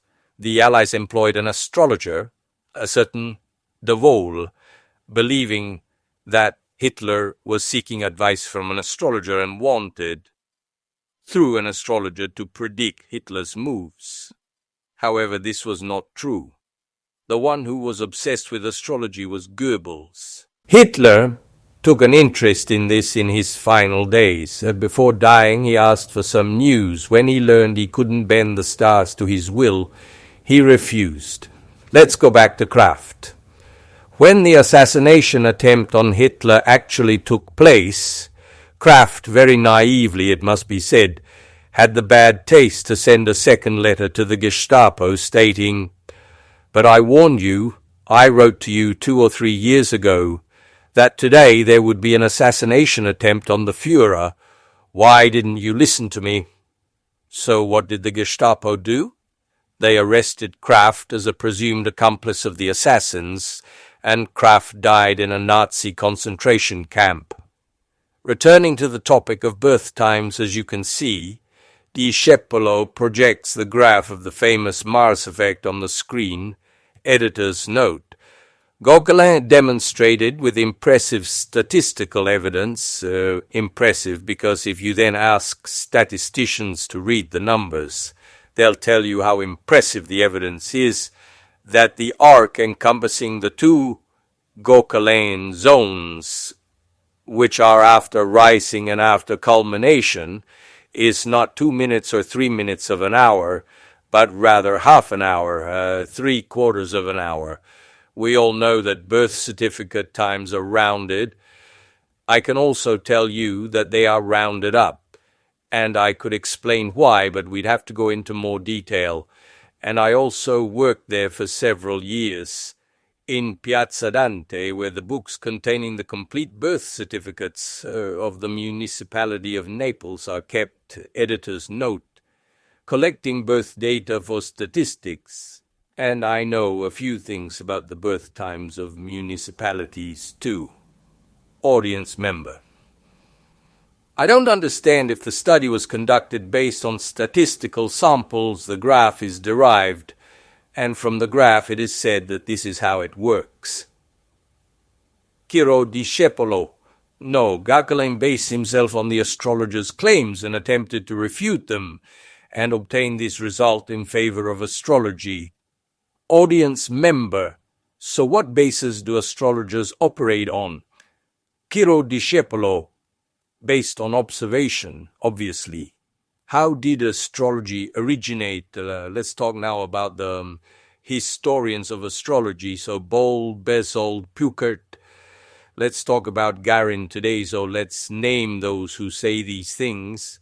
How did astrology originate? It arose from the observation that ancient priests in Mesopotamia around 2800 BC practiced the art of astrology. There are the first written records of astrology, who were both astronomers and astrologers, advised the monarch of the time to issue laws requiring the citizens of those regions to conceive children in July so that they would be born Aries, because they had noticed that Aries are the best fighters. Since war was very important at the time, this observation gave rise to the first foundations of astrology, which you find very funny.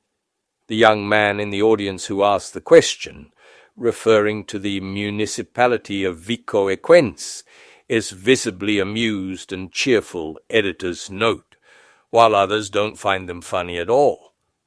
Audience member, no, but it's from a statistical point of view that Moderator. Maybe though, or let's move on to some other questions, because it's getting late. Audience member, Emanuele Vinciguerra. I'd just like to say one thing. It would be too easy for me to say I'm biased. I started studying astrology 30 years ago and was very skeptical. Afterward, I became an astrology fanatic and noticed something because I experimented with it myself by making targeted birthdays, but that would be a long discussion. That would take us a couple of hours, because with targeted birthdays, in the sense that someone, instead of having their birthday in Rome or Naples, does it in New York or Lisbon, changing the longitude changes the events. Having said all this, which would take us a long way and would take a long time, astrology is spoken of both well and ill. Its biggest detractors, starting with Piero Angela, who knows why their fame, their success, their visibility, their money, have done so by speaking ill of the occult and astrology in particular. Having recently seen Voyager, I was convinced that Roberto Giacobbo was a serious person, but instead he's omitted, and I'd really like to meet him, because after 3 years of feeding us all the Voyager stuff, in the end he didn't wink, but shamelessly embraced CCAP. So, Roberto Giacobbo was someone who attempted an unlikely career as an actor, an unlikely career as a journalist, and now the fame, the success moderator. But let's not denigrate absent people. I'd avoid that sort of thing. Audience member. Yes, they got fame, success, and money by speaking badly of the occult. So here's my consideration. Giuseppe Longo. I can only say one thing. Sorry, so I'm particularly unlucky because I've been speaking badly of astronomy for 30 years, and I don't have a penny. Moderator. Stefano. Unfortunately, I'm also an astrophysicist, so I'm a bit biased, but I wanted to say this. It seems to me that the point isn't so much whether astrology is scientific or not. It's a field of knowledge that investigates, etc. The point, I think, is whether it's reliable or not. And what does reliable mean? So, if it's not reliable, it's not interesting. If it is reliable, I think it should take on certain responsibilities. For example, I'm expecting a baby due in July. We can map out all the days, all the hours, all the time slots in which it's least likely to have a more or less favorable future. Is this possible at the moment? Because if it's possible during contractions, I keep my wife happy. But beyond that, it could happen that the poor girl just can't hold back. And if the baby slips out at a particularly unlucky time, during a particularly unlucky interval, and there's an 85% chance of her becoming a criminal lunatic, how come can't we defend ourselves from these people? I mean, if that's not the case, if astrologers can't take on these responsibilities, then the debate is pointless. Ciro Discepolo. So regarding the first part of your question, I'll tell you that theoretically it's possible to do something like this. In fact, I've been asked about it several times. I speak from my own experience, of course. I'm sorry the professor was annoyed that I cited something of my own. It's clear that I can't speak on behalf of my colleagues. I speak from my own experience. Well, I'll tell you that I've been asked what you're talking about several times, that is, by people who knew they were going to have a baby by cesarean section. They've been asked what day and what time to give birth, and I've always refused for a very simple reason, which is what I said earlier, answering one of the questions from the audience, that we astrologers know nothing about the individual degrees of the zodiac. So a degree of the ascendant, for example, the second or third of Aquarius, could be somehow connected along with another set of variables to a terrible disease and we don't know it. And I would never take on such a responsibility implementing something like that.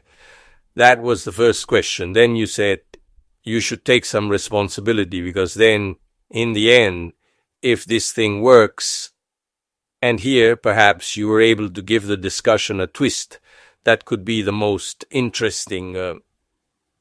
Personally, I consider myself a radio astrology engineer in the sense that I don't know how astrology works, but I see that it works, and then I know that by changing that valve, the radio starts playing. Then a physicist like you might come along. No, not like you, you're an astrophysicist, but an electronics engineer, a nuclear physicist or whatever, might come along and say, look, it's impossible that by changing the valve, the radio starts playing. And I'll reply, with all due respect to the theory for whatever you want, since I'm seeing that by changing the valve, the radio starts playing, then I'm satisfied with that because I was able to get the radio working. The customer is happy because he got the radio to sing, and the radio too is happy because it sings. We're all satisfied. Then, afterwards, we can figure out whether this little magic is due to this or that gravitational force. Having recently seen Voyager, I was convinced that Roberto Giacobo was a serious person, but instead he's omitted, and I'd really like to meet him because after 3 years of feeding us all the Voyager stuff, in the end, he didn't wink, but shamelessly embraced CICAP. So, Roberto Giacobo was someone who attempted an unlikely career as an actor, an unlikely career as a journalist, and now the fame, the success, moderator. But let's not denigrate absent people. I'd avoid that sort of thing. Audience member, yes, they got fame, success, and money by speaking badly of the occult. So here's my consideration. Giuseppe Longo, I can only say one thing. Sorry, so I'm particularly unlucky because I've been speaking badly of astronomy for 30 years and I don't have a penny. Moderator, Stefano. Unfortunately, I am also an astrophysicist, so I'm a bit biased. But I wanted to say this. It seems to me that the point isn't so much whether astrology is scientific or not. It's a field of knowledge that investigates, etc. The point, I think, is whether it's reliable or not. And what does reliable mean? So, if it's not reliable, it's not interesting. If it is reliable, I think it should take on certain responsibilities. For example, I'm expecting a baby due in July. We can map out all the days, all the hours, all the time slots in which it's least likely to have a more or less favorable future. Is this possible at the moment? Because if it's possible during contractions, I keep my wife happy. But beyond that, it could happen that the poor girl just can't hold back. And if the baby slips out at a particularly unlucky time, during a particularly unlucky interval, and there's an 85% chance of her becoming a criminal lunatic, how come? Can't we defend ourselves from these people? I mean, if that's not the case, if astrologers can't take on these responsibilities, then the debate is pointless. Ciro Discepolo. So, regarding the first part of your question, I'll tell you that theoretically it's possible to do something like this. In fact, I've been asked about it several times. I speak from my own experience, of course. I'm sorry the professor was annoyed that I cited something of my own. It's clear that I can't speak on behalf of my colleagues. I speak from my own experience. Well, I'll tell you that I've been asked what you're talking about several times. That is, by people who knew they were going to have a baby by cesarean section. They've been asked what day and what time to give birth, and I've always refused for a very simple reason, which is what I said earlier, answering one of the questions from the audience. that we astrologers know nothing about the individual degrees of the zodiac, so a degree of the ascendant, for example, the second or third of Aquarius, could be somehow connected along with another set of variables to a terrible disease, and we don't know it. And I would never take on such a responsibility implementing something like that. That was the first question. Then you said you should take some responsibility because then, in the end, if this thing works, and here perhaps you were able to give the discussion a twist that could be the most interesting. Personally, I consider myself a radio astrology engineer, in the sense that I don't know how astrology works, but I see that it works, and then I know that by changing that valve, the radio starts playing.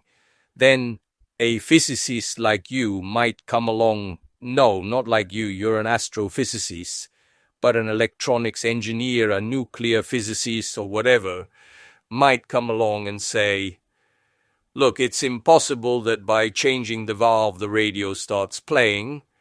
And I'll reply, with all due respect to the theory, for whatever you want, since I'm seeing that by changing the valve the radio starts playing, then I'm satisfied with that because I was able to get the radio working. The customer is happy because he got the radio to sing. And the radio too is happy because it sings. We're all satisfied. Then afterwards we can figure out whether this little magic is due to this or that gravitational force. We can then ascertain this, but for practical purposes you have stated, in my opinion, a very important truth, because even if it may make many people laugh out loud, one application, the silliest, the most banal one in astrology, could be to insert, when you go to the airport, your passport, as we now know, will also have biometric data starting next year, etc. A very simple software anyone can develop would suffice.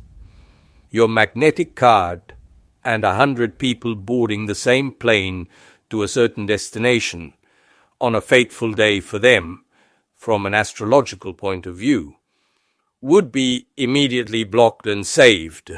So, therefore, I am of the opinion that I would happily take on this kind of responsibility at any moment, and I would be ready to do so, while the other responsibility of the child to be born I would not own. A member of the audience. Good morning. I have a question for Ciro Discepolo. I was very struck by the discussion of the birth chart. I also listened to Professor Longo, who said that personal predictions are, let's say, fairly generic. They don't provide precise characteristics of the person. Now, you said this isn't true, because if you look at Hitler's birth chart, it becomes clear that he was a bastard. In short, he was beaten up. Are you telling us that it's possible to avoid a third world war in the future? By knowing a person's characteristics in advance, thus defined, as you said, beat up this person, can we keep them at bay? And above all, what's the difference between a personal chart and a horoscope? What's the difference between a personal chart and a horoscope? And above all, what is the basis of a horoscope? Is it astrology or not? Ciro Discepolo. I've already mentioned the difference before. You didn't understand it, but now I'll explain it better. However, taking the first part of your question, that is whether we can avoid the Third World War, beyond these emphases, these paradigms that seem to me emphatic, beyond any reasonable measure, beyond, let's say, the deliberately provocative exaggeration, then we can say the same thing from other points of view. There's an interesting film I recommend you watch. It's recent. I think it's called Gattaca, if I'm not mistaken, which hypothesizes the existence in the near future of a big brother, where Orwell's cameras will be replaced by policemen who, instead of walking around with hidden cameras or with John Wayne-style guns, will simply walk around with a blood syringe, take a tiny blood sample, and will be able to practically tell us everything about a person's future. So much so that in this film it is hypothesized that discrimination will be at the state level, which, as soon as a child is born, will take a blood sample.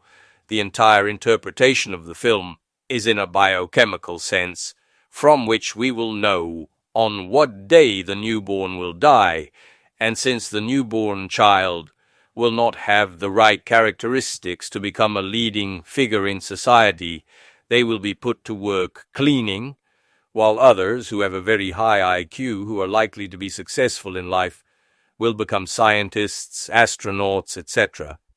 And the way the film ends is also very beautiful, because this young man, born handicapped with a heart problem, will manage to go into space.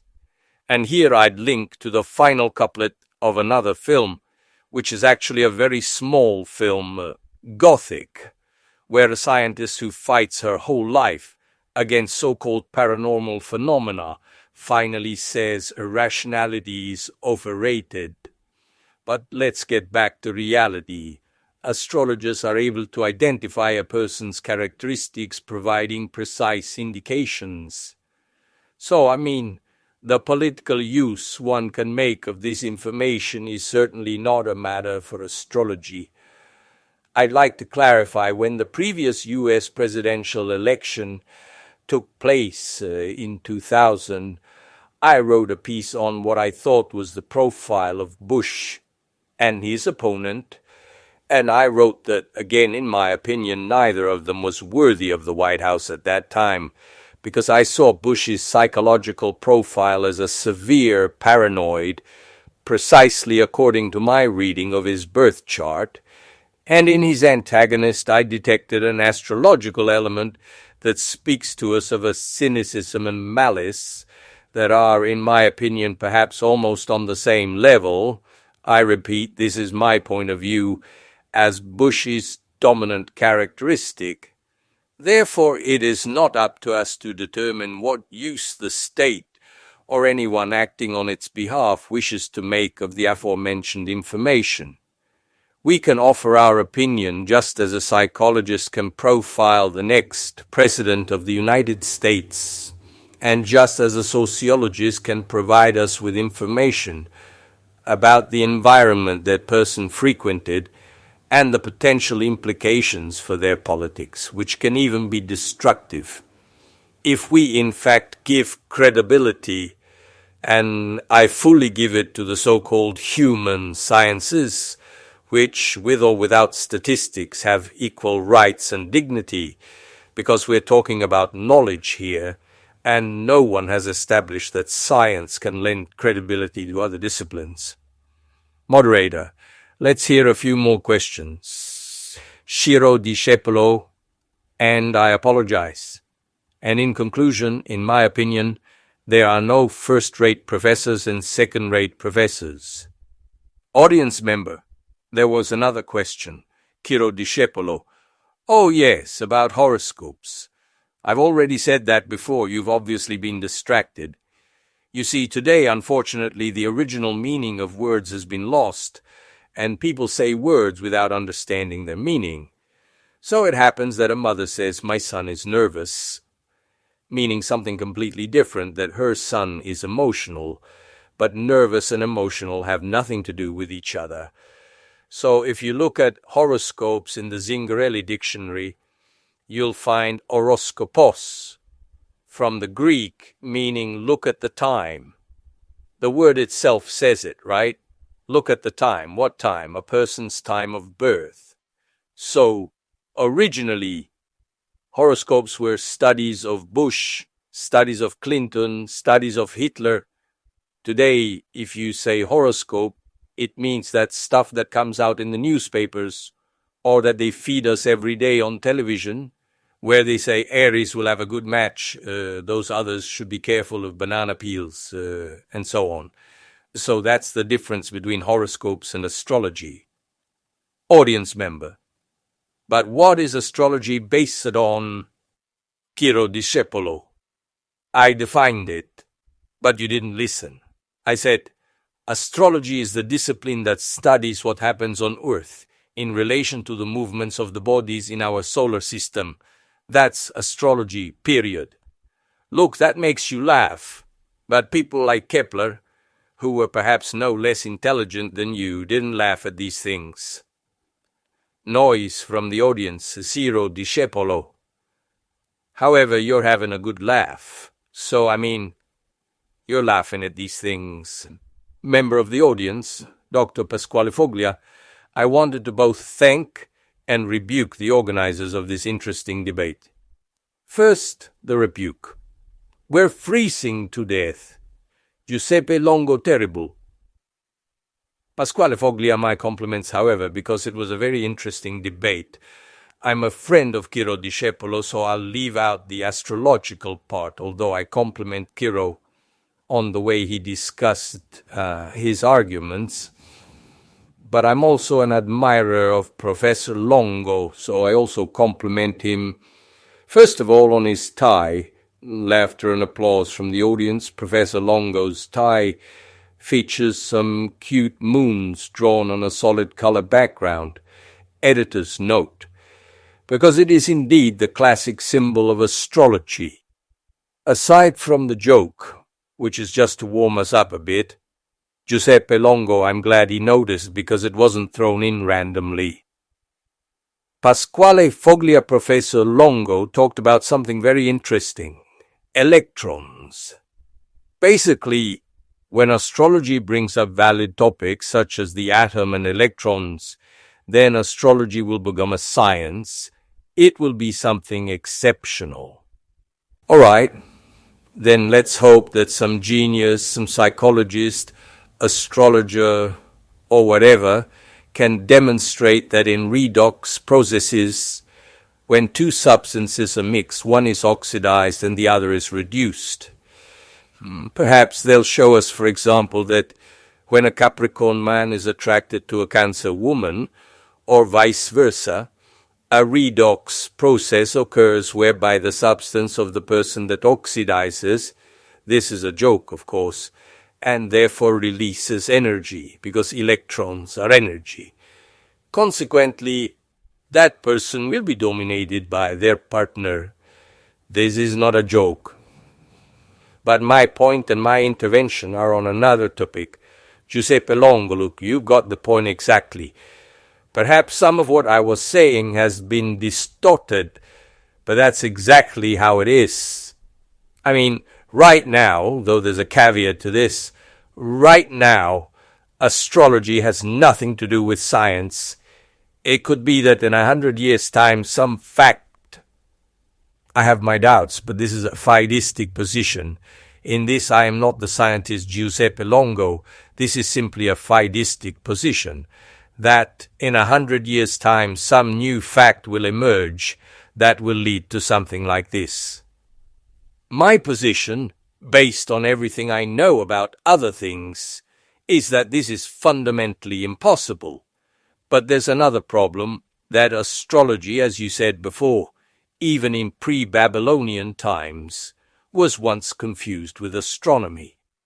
At a certain point, if they separated, one has to ask, Kepler believed in both. Perfect Newton believed in alchemy. More than astrology, he believed in astrology. But Albert Einstein, no fool. Why didn't he believe in astrology? There was a separation, there was a closure, and it was a closure due to the fact that astrology didn't work. That's all. I can assure you that if something works, science adopts it, and I have no doubt about that. Pasquale Foglia, I agree with Professor Longo, but what is the reality? We're now witnessing an astrology debate. Let's leave this aside for a moment and look into an operating room. We find the anesthetist, we find the surgeon, we find basically, where's the problem? It lies in the excessive specialization of subjects that leads to division, because no science is exhaustive, no single person can solve humanity's problems, and only the union of forces, as in an operating room, can solve the problem. So when two people clash, one person wants to dominate the other, but the reality is that we forget one thing, that the enemy is precisely our own master. But beyond that, I want to say something else. What do you think of the right brain and the left brain? Right now, as a science, you represent the left brain. That is the rational and the logical parts. So basically, you don't use the other brain at all. What do we do with the irrational part? So, let's kill all the imposters, the astrologers, the psychologists, the sociologists, all these people who don't tell the truth because they don't use electrons. In short, let's go slowly, because the point is basically this. We don't just have a left brain, we don't just have science inside us, but we also have an irrational part that is very important and certainly can't be thrown away. Thank you, Ciro Discepolo Pasquale Foglia. I must say is a hot-blooded man, but a generous one. He doesn't do. The comment was due to the fact that the audience was unprepared for a sudden, very loud amplification in Dr. Foglia's voice. Editor's note. Giuseppe Longo, yes, it shows. By the way, up until the first part, I was in complete agreement. I have my objections about the second, but we can do it later. If you want, we can do it now. But audience member Professor Giuseppe Andreoli, former director of the Institute of Pathological Anatomy, Federico II, University of Naples. I am Giuseppe Andreoli, a retired university professor. I am here both pleased with the way the discussion unfolded and also to reiterate once again my friendship and the respect I have for Ciro Discepolo. Nonetheless, Professor Longo's speech particularly interested me, not only what he said, because I believe I missed a large portion of his speech, but also the objections raised. I believe, however, that a question should be answered because we asked a question, is astrology a science or not? I remember as a professor of medicine that in the past there was even discussion about whether medicine was a science, and at the end of a debate that lasted well into the 20th century, but had begun in the 19th, it was deemed correct to conclude that science was something measurable and transmittable. How much of a legacy we owe to an author, a philosopher like Auguste Comte, I'll leave aside. Obviously, I'm leaving aside everything else that happened, but I heard that even the moderator, whose name I can't read, I misread it, I'll come and say hello later, who spoke at a certain point, claimed a historical background. So what is a science? Because I believe that of all the definitions of science, perhaps the most appropriate is the one that says it is an activity that has a scientific method and that pursues scientific goals. I don't know how exhaustive this definition might be, but it certainly leaves open, if so, a series of questions. I would also ask the moderator, at this point, is the content of scientific activity objective? Is it supra-historical? Because this too must be said. Professor Longo seemed to me to have rightly vindicated Kuhn's account of scientific revolutions. In that little book he actually discusses the Copernican revolution, but what he says can also be applied to other disciplines such as part of medicine.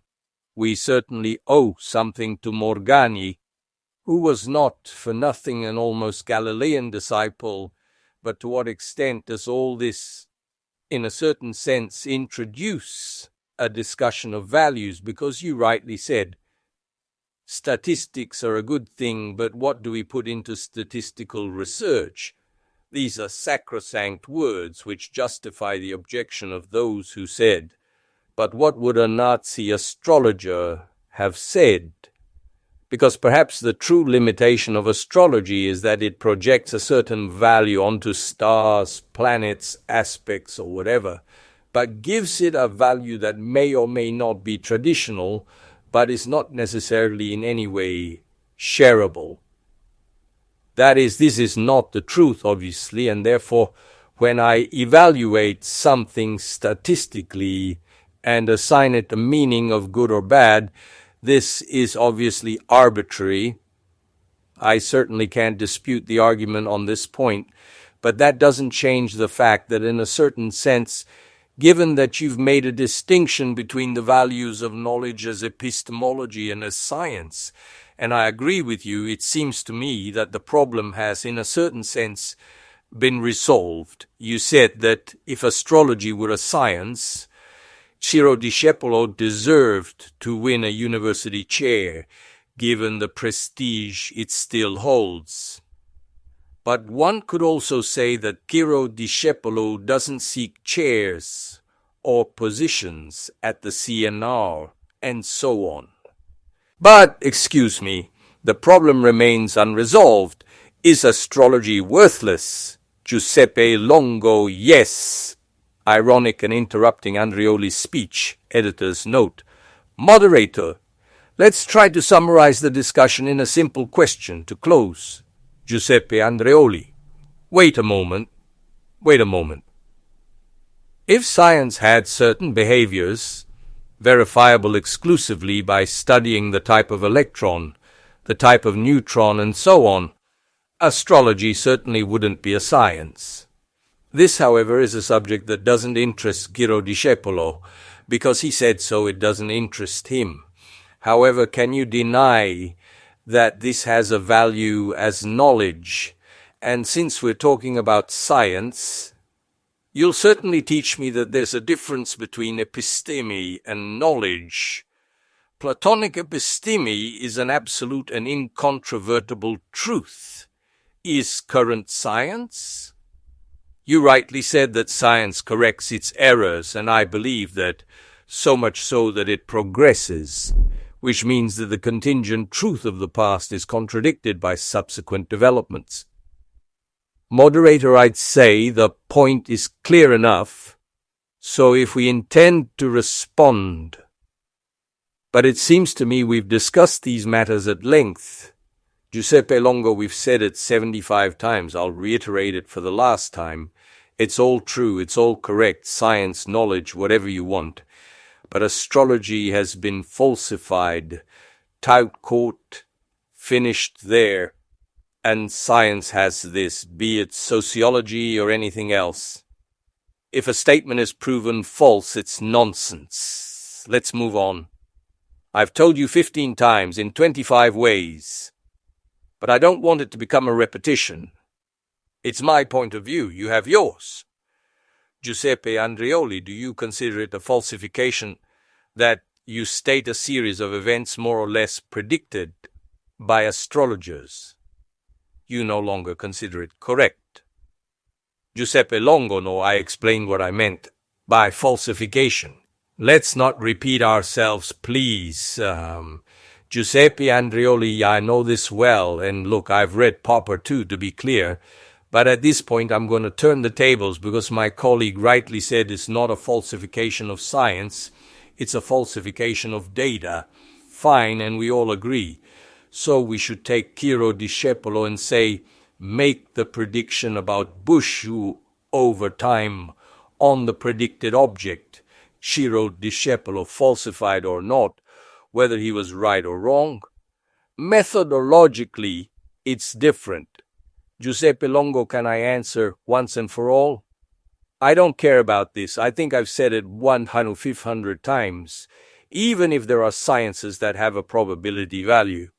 For me, if Dr. Discepolo is right 90% of the time, and that 90% of the time is reproducible and systematic, it becomes science to me, and I treat it with the appropriate tools.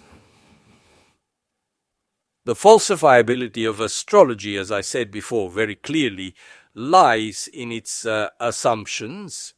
There are no saints or Madonnas, whatever you do, as long as the universe is made as it is. The planets are nothing to the Earth. Let's say it explicitly. I don't know how to put it to you. then there will be something else. There will be properties. I don't know. I'm very attached to facts. I don't get lost in too many words. Unknown forces of nature, strange entanglements, I don't know. When they find those who claim the planets are somehow entangled with gene 3 and 12, etc., then perhaps it will become a subject of science again. For now, it's a pile of nonsense. So I've been telling you from the beginning, there's no point in continuing to speculate. And as I said before, those who believed in it will continue to believe. Those who didn't will continue not to believe, because it has little to do with rationality. You can try to convince, when you base it on rational arguments, the choice whether to believe in astrology or not is an irrational one. Moderator, I think that precisely everyone's stuck in their initial positions. We can probably just close and decree Pasquale Foglia, but you still haven't told me how you use your right brain. Giuseppe Longo, you usually use it to collect stamps, write poetry, be in love with my wife, and watch sunsets, and that's it. Moderator, let's give Ciro Discepolo the floor for a final reply, and then I'd say we'll close this meeting also because we're still Ciro Discepolo. Okay, then I'll try to be brief. Professor Longo rightly said, then everyone will go home with their own beliefs. So those who believed will continue to believe, and those who didn't believe will continue to disbelieve. And on the other hand, as I said at the beginning, I believe that we, Professor Longo and I, came to provide information in which each of us had our say, and then I'm of the opinion that neither his intention nor mine was there ever the intention to create proselytes. On this point, I would say I fully agree with Professor Longo's statement. But I wanted to say a couple more things based on the professor's latest statements, because he said, the planets are nothing to the Earth, which, beyond the ironic charm of the phrase, obviously hides a gap in what we know, and I'll give you just one example, but I could entertain you for a long time on this topic, which is not the case, because, and note well, what I'm about to tell you is not used by flower children to perform incense ceremonies, but is used by industry, and I don't think industry is sensitive to hearsay and acts of faith. So in the 1950s, John Nelson, an engineer, was commissioned by RCA, the radio broadcasting company, to study why during solar explosions, only during some solar explosions, huge radio disturbances occurred on Earth. We're talking about things that happen on Earth, not in space. Then John Nelson conducted a study that demonstrated, and now it's possible to make predictions, even years in advance, the precise days of long-distance radio disturbances, for example, radio transmissions between the United States and Australia.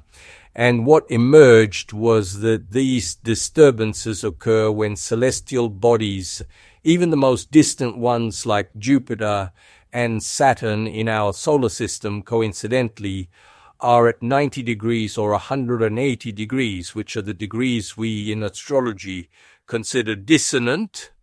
This is one of many pieces of evidence, but I repeat, if you're interested, there's a magnificent text by Lyle Watson called Supernature, which you can no longer find in bookstores published by Rizzoli, but which can be found in libraries, where the author, who is a biologist, a researcher, and also a science communicator, has collected an impressive body of evidence relating to phenomena related to the movement of the planets, the position of the sun, the moon, and so on.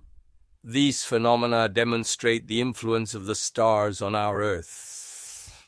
I'd like to say one last thing, that neither of us intends to create proselytes. We both agree, Professor Longo and I. The only thing I absolutely disagree with, But it doesn't hurt me, let's say. It doesn't dishearten me. I didn't come to ask for the viaticum of science, of astrophysics, to continue my studies and my research. However, when the professor insists on saying that it is irrational to study these things, he doesn't go into the merits of the Gauquelin statistics, and therefore we haven't measured ourselves on specific facts which have been analyzed by his colleagues at the Sorbonne, at the University of Berlin, who at this point are obviously stupid because they don't have the ability to understand these things. And the current Nobel Prize winner, Kary Mullis, who is a Nobel Prize winner for chemistry and who is an astrologer, so therefore he already knows what the post-Copernican, post-Galileo, post-Newton Copernican system is. So let's also talk about post-Einstein. And Kary Mullis, who is not exactly a fool, is an astrologer. Go read Dancing Naked in the Field of the Mind by Baldini and Castoldi, by Kary Mullis. So ultimately I would like to say the professor is keen to conclude this discussion by saying, okay, we have different positions, but I say it's all nonsense. In the end, unfortunately, this role of sheriff that he insists on, to conclude the discussion by saying that we have different opinions, but since he is the sheriff and must establish as prosecutor, judge, prosecutor, and sentence enforcer all in one, that astrology is a load of bullshit, I let him say it, but I remain calm and serene and continue to respect Professor Longo as an astrophysicist, and I have known him for many years. I repeat, this doesn't hurt me because if he needs to insist apodictically that astrology is nothing but a load of bullshit, if that pleases him, I'll make him happy. Giuseppe Longo. I'll finish for a second quickly. Here we could go on like a ping-pong game of who speaks last, but we know the astrophysicist will have the last word, Ed, dismantling the arguments of others. I felt like I was anything but apodictic. I felt like I had provided reasons, what, Ed, for what I was saying, but I insist. What's the point? Absolutely nothing, because the choice is not rational. I am convinced, and not for lack of arguments.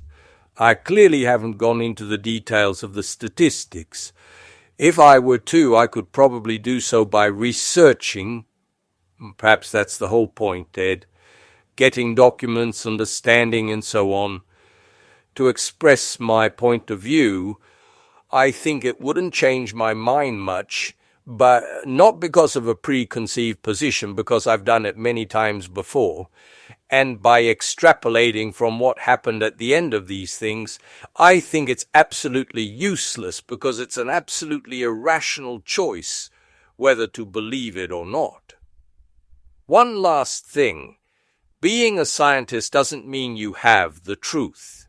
You have the truth solely and exclusively in your own specific field of expertise. If astronomers are more often called upon to discuss the validity or invalidity of astrology, it's only because, in the popular imagination, astronomy and astrology are linked by their origins, but probably in my place there could be an engineer, there could be and that's it, moderator, okay.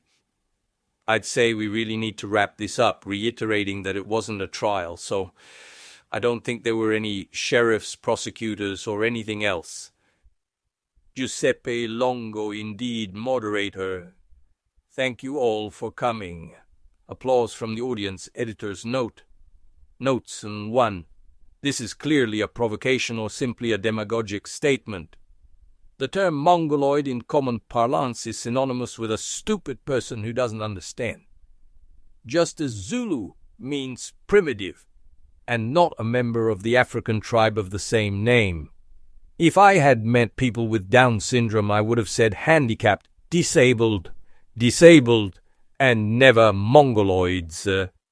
CD 2. Here we are clearly faced with a projection by Professor Longo. In fact, he claims that Professor Mario Rigutti has written a chapter on astrology. But whoever said that?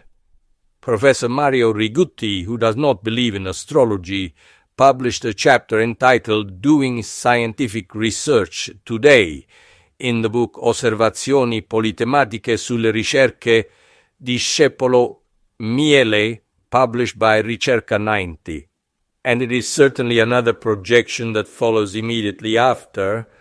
I wonder why astrologers, and we have just seen an example of this, are concerned about having the inquisitorial power of science. His interlocutor, Ciro Discepolo, has not stated, either before or after, that he has any interest in seeking the viaticum of science. Indeed, and he has been writing this for decades, he maintains that he, personally, like the vast majority of astrologers, is not at all interested in entering the citadel of science. I dissociate myself because half of those present in the room and the readers of this magazine were offended. The reader in this instance is the supreme judge. We report in full the interview with Professor Luigi Smaldone, an astrophysicist at the Federico II University of Naples. The text has been omitted because an entire other YouTube channel has been dedicated to it. Wait, Renuccio Boscolo is one of our contemporaries.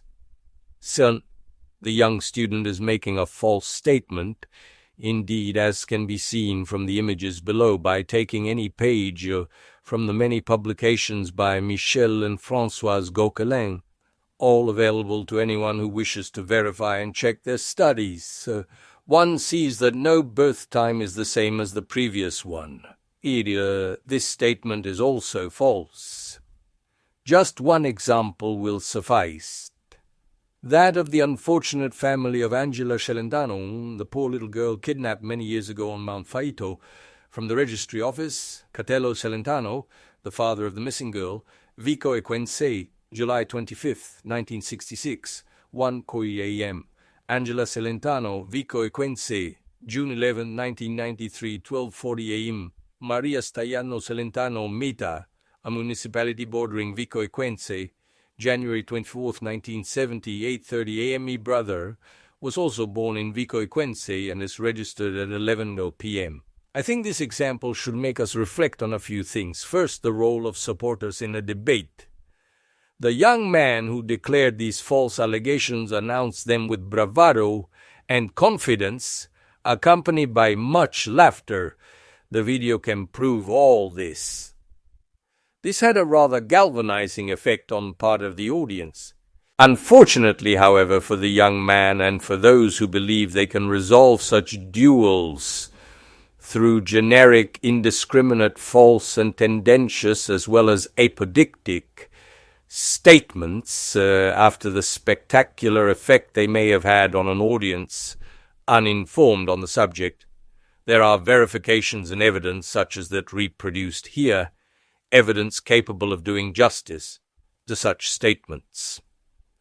For this reason, in the foreword to this writing, I said, in any case, that I was satisfied to have participated in the debate, since the things said on November 21st, 2004 will remain written forever, and therefore these lies on which certain people have tried to support their thesis will be perennially exposed to the pillory of those who love the truth.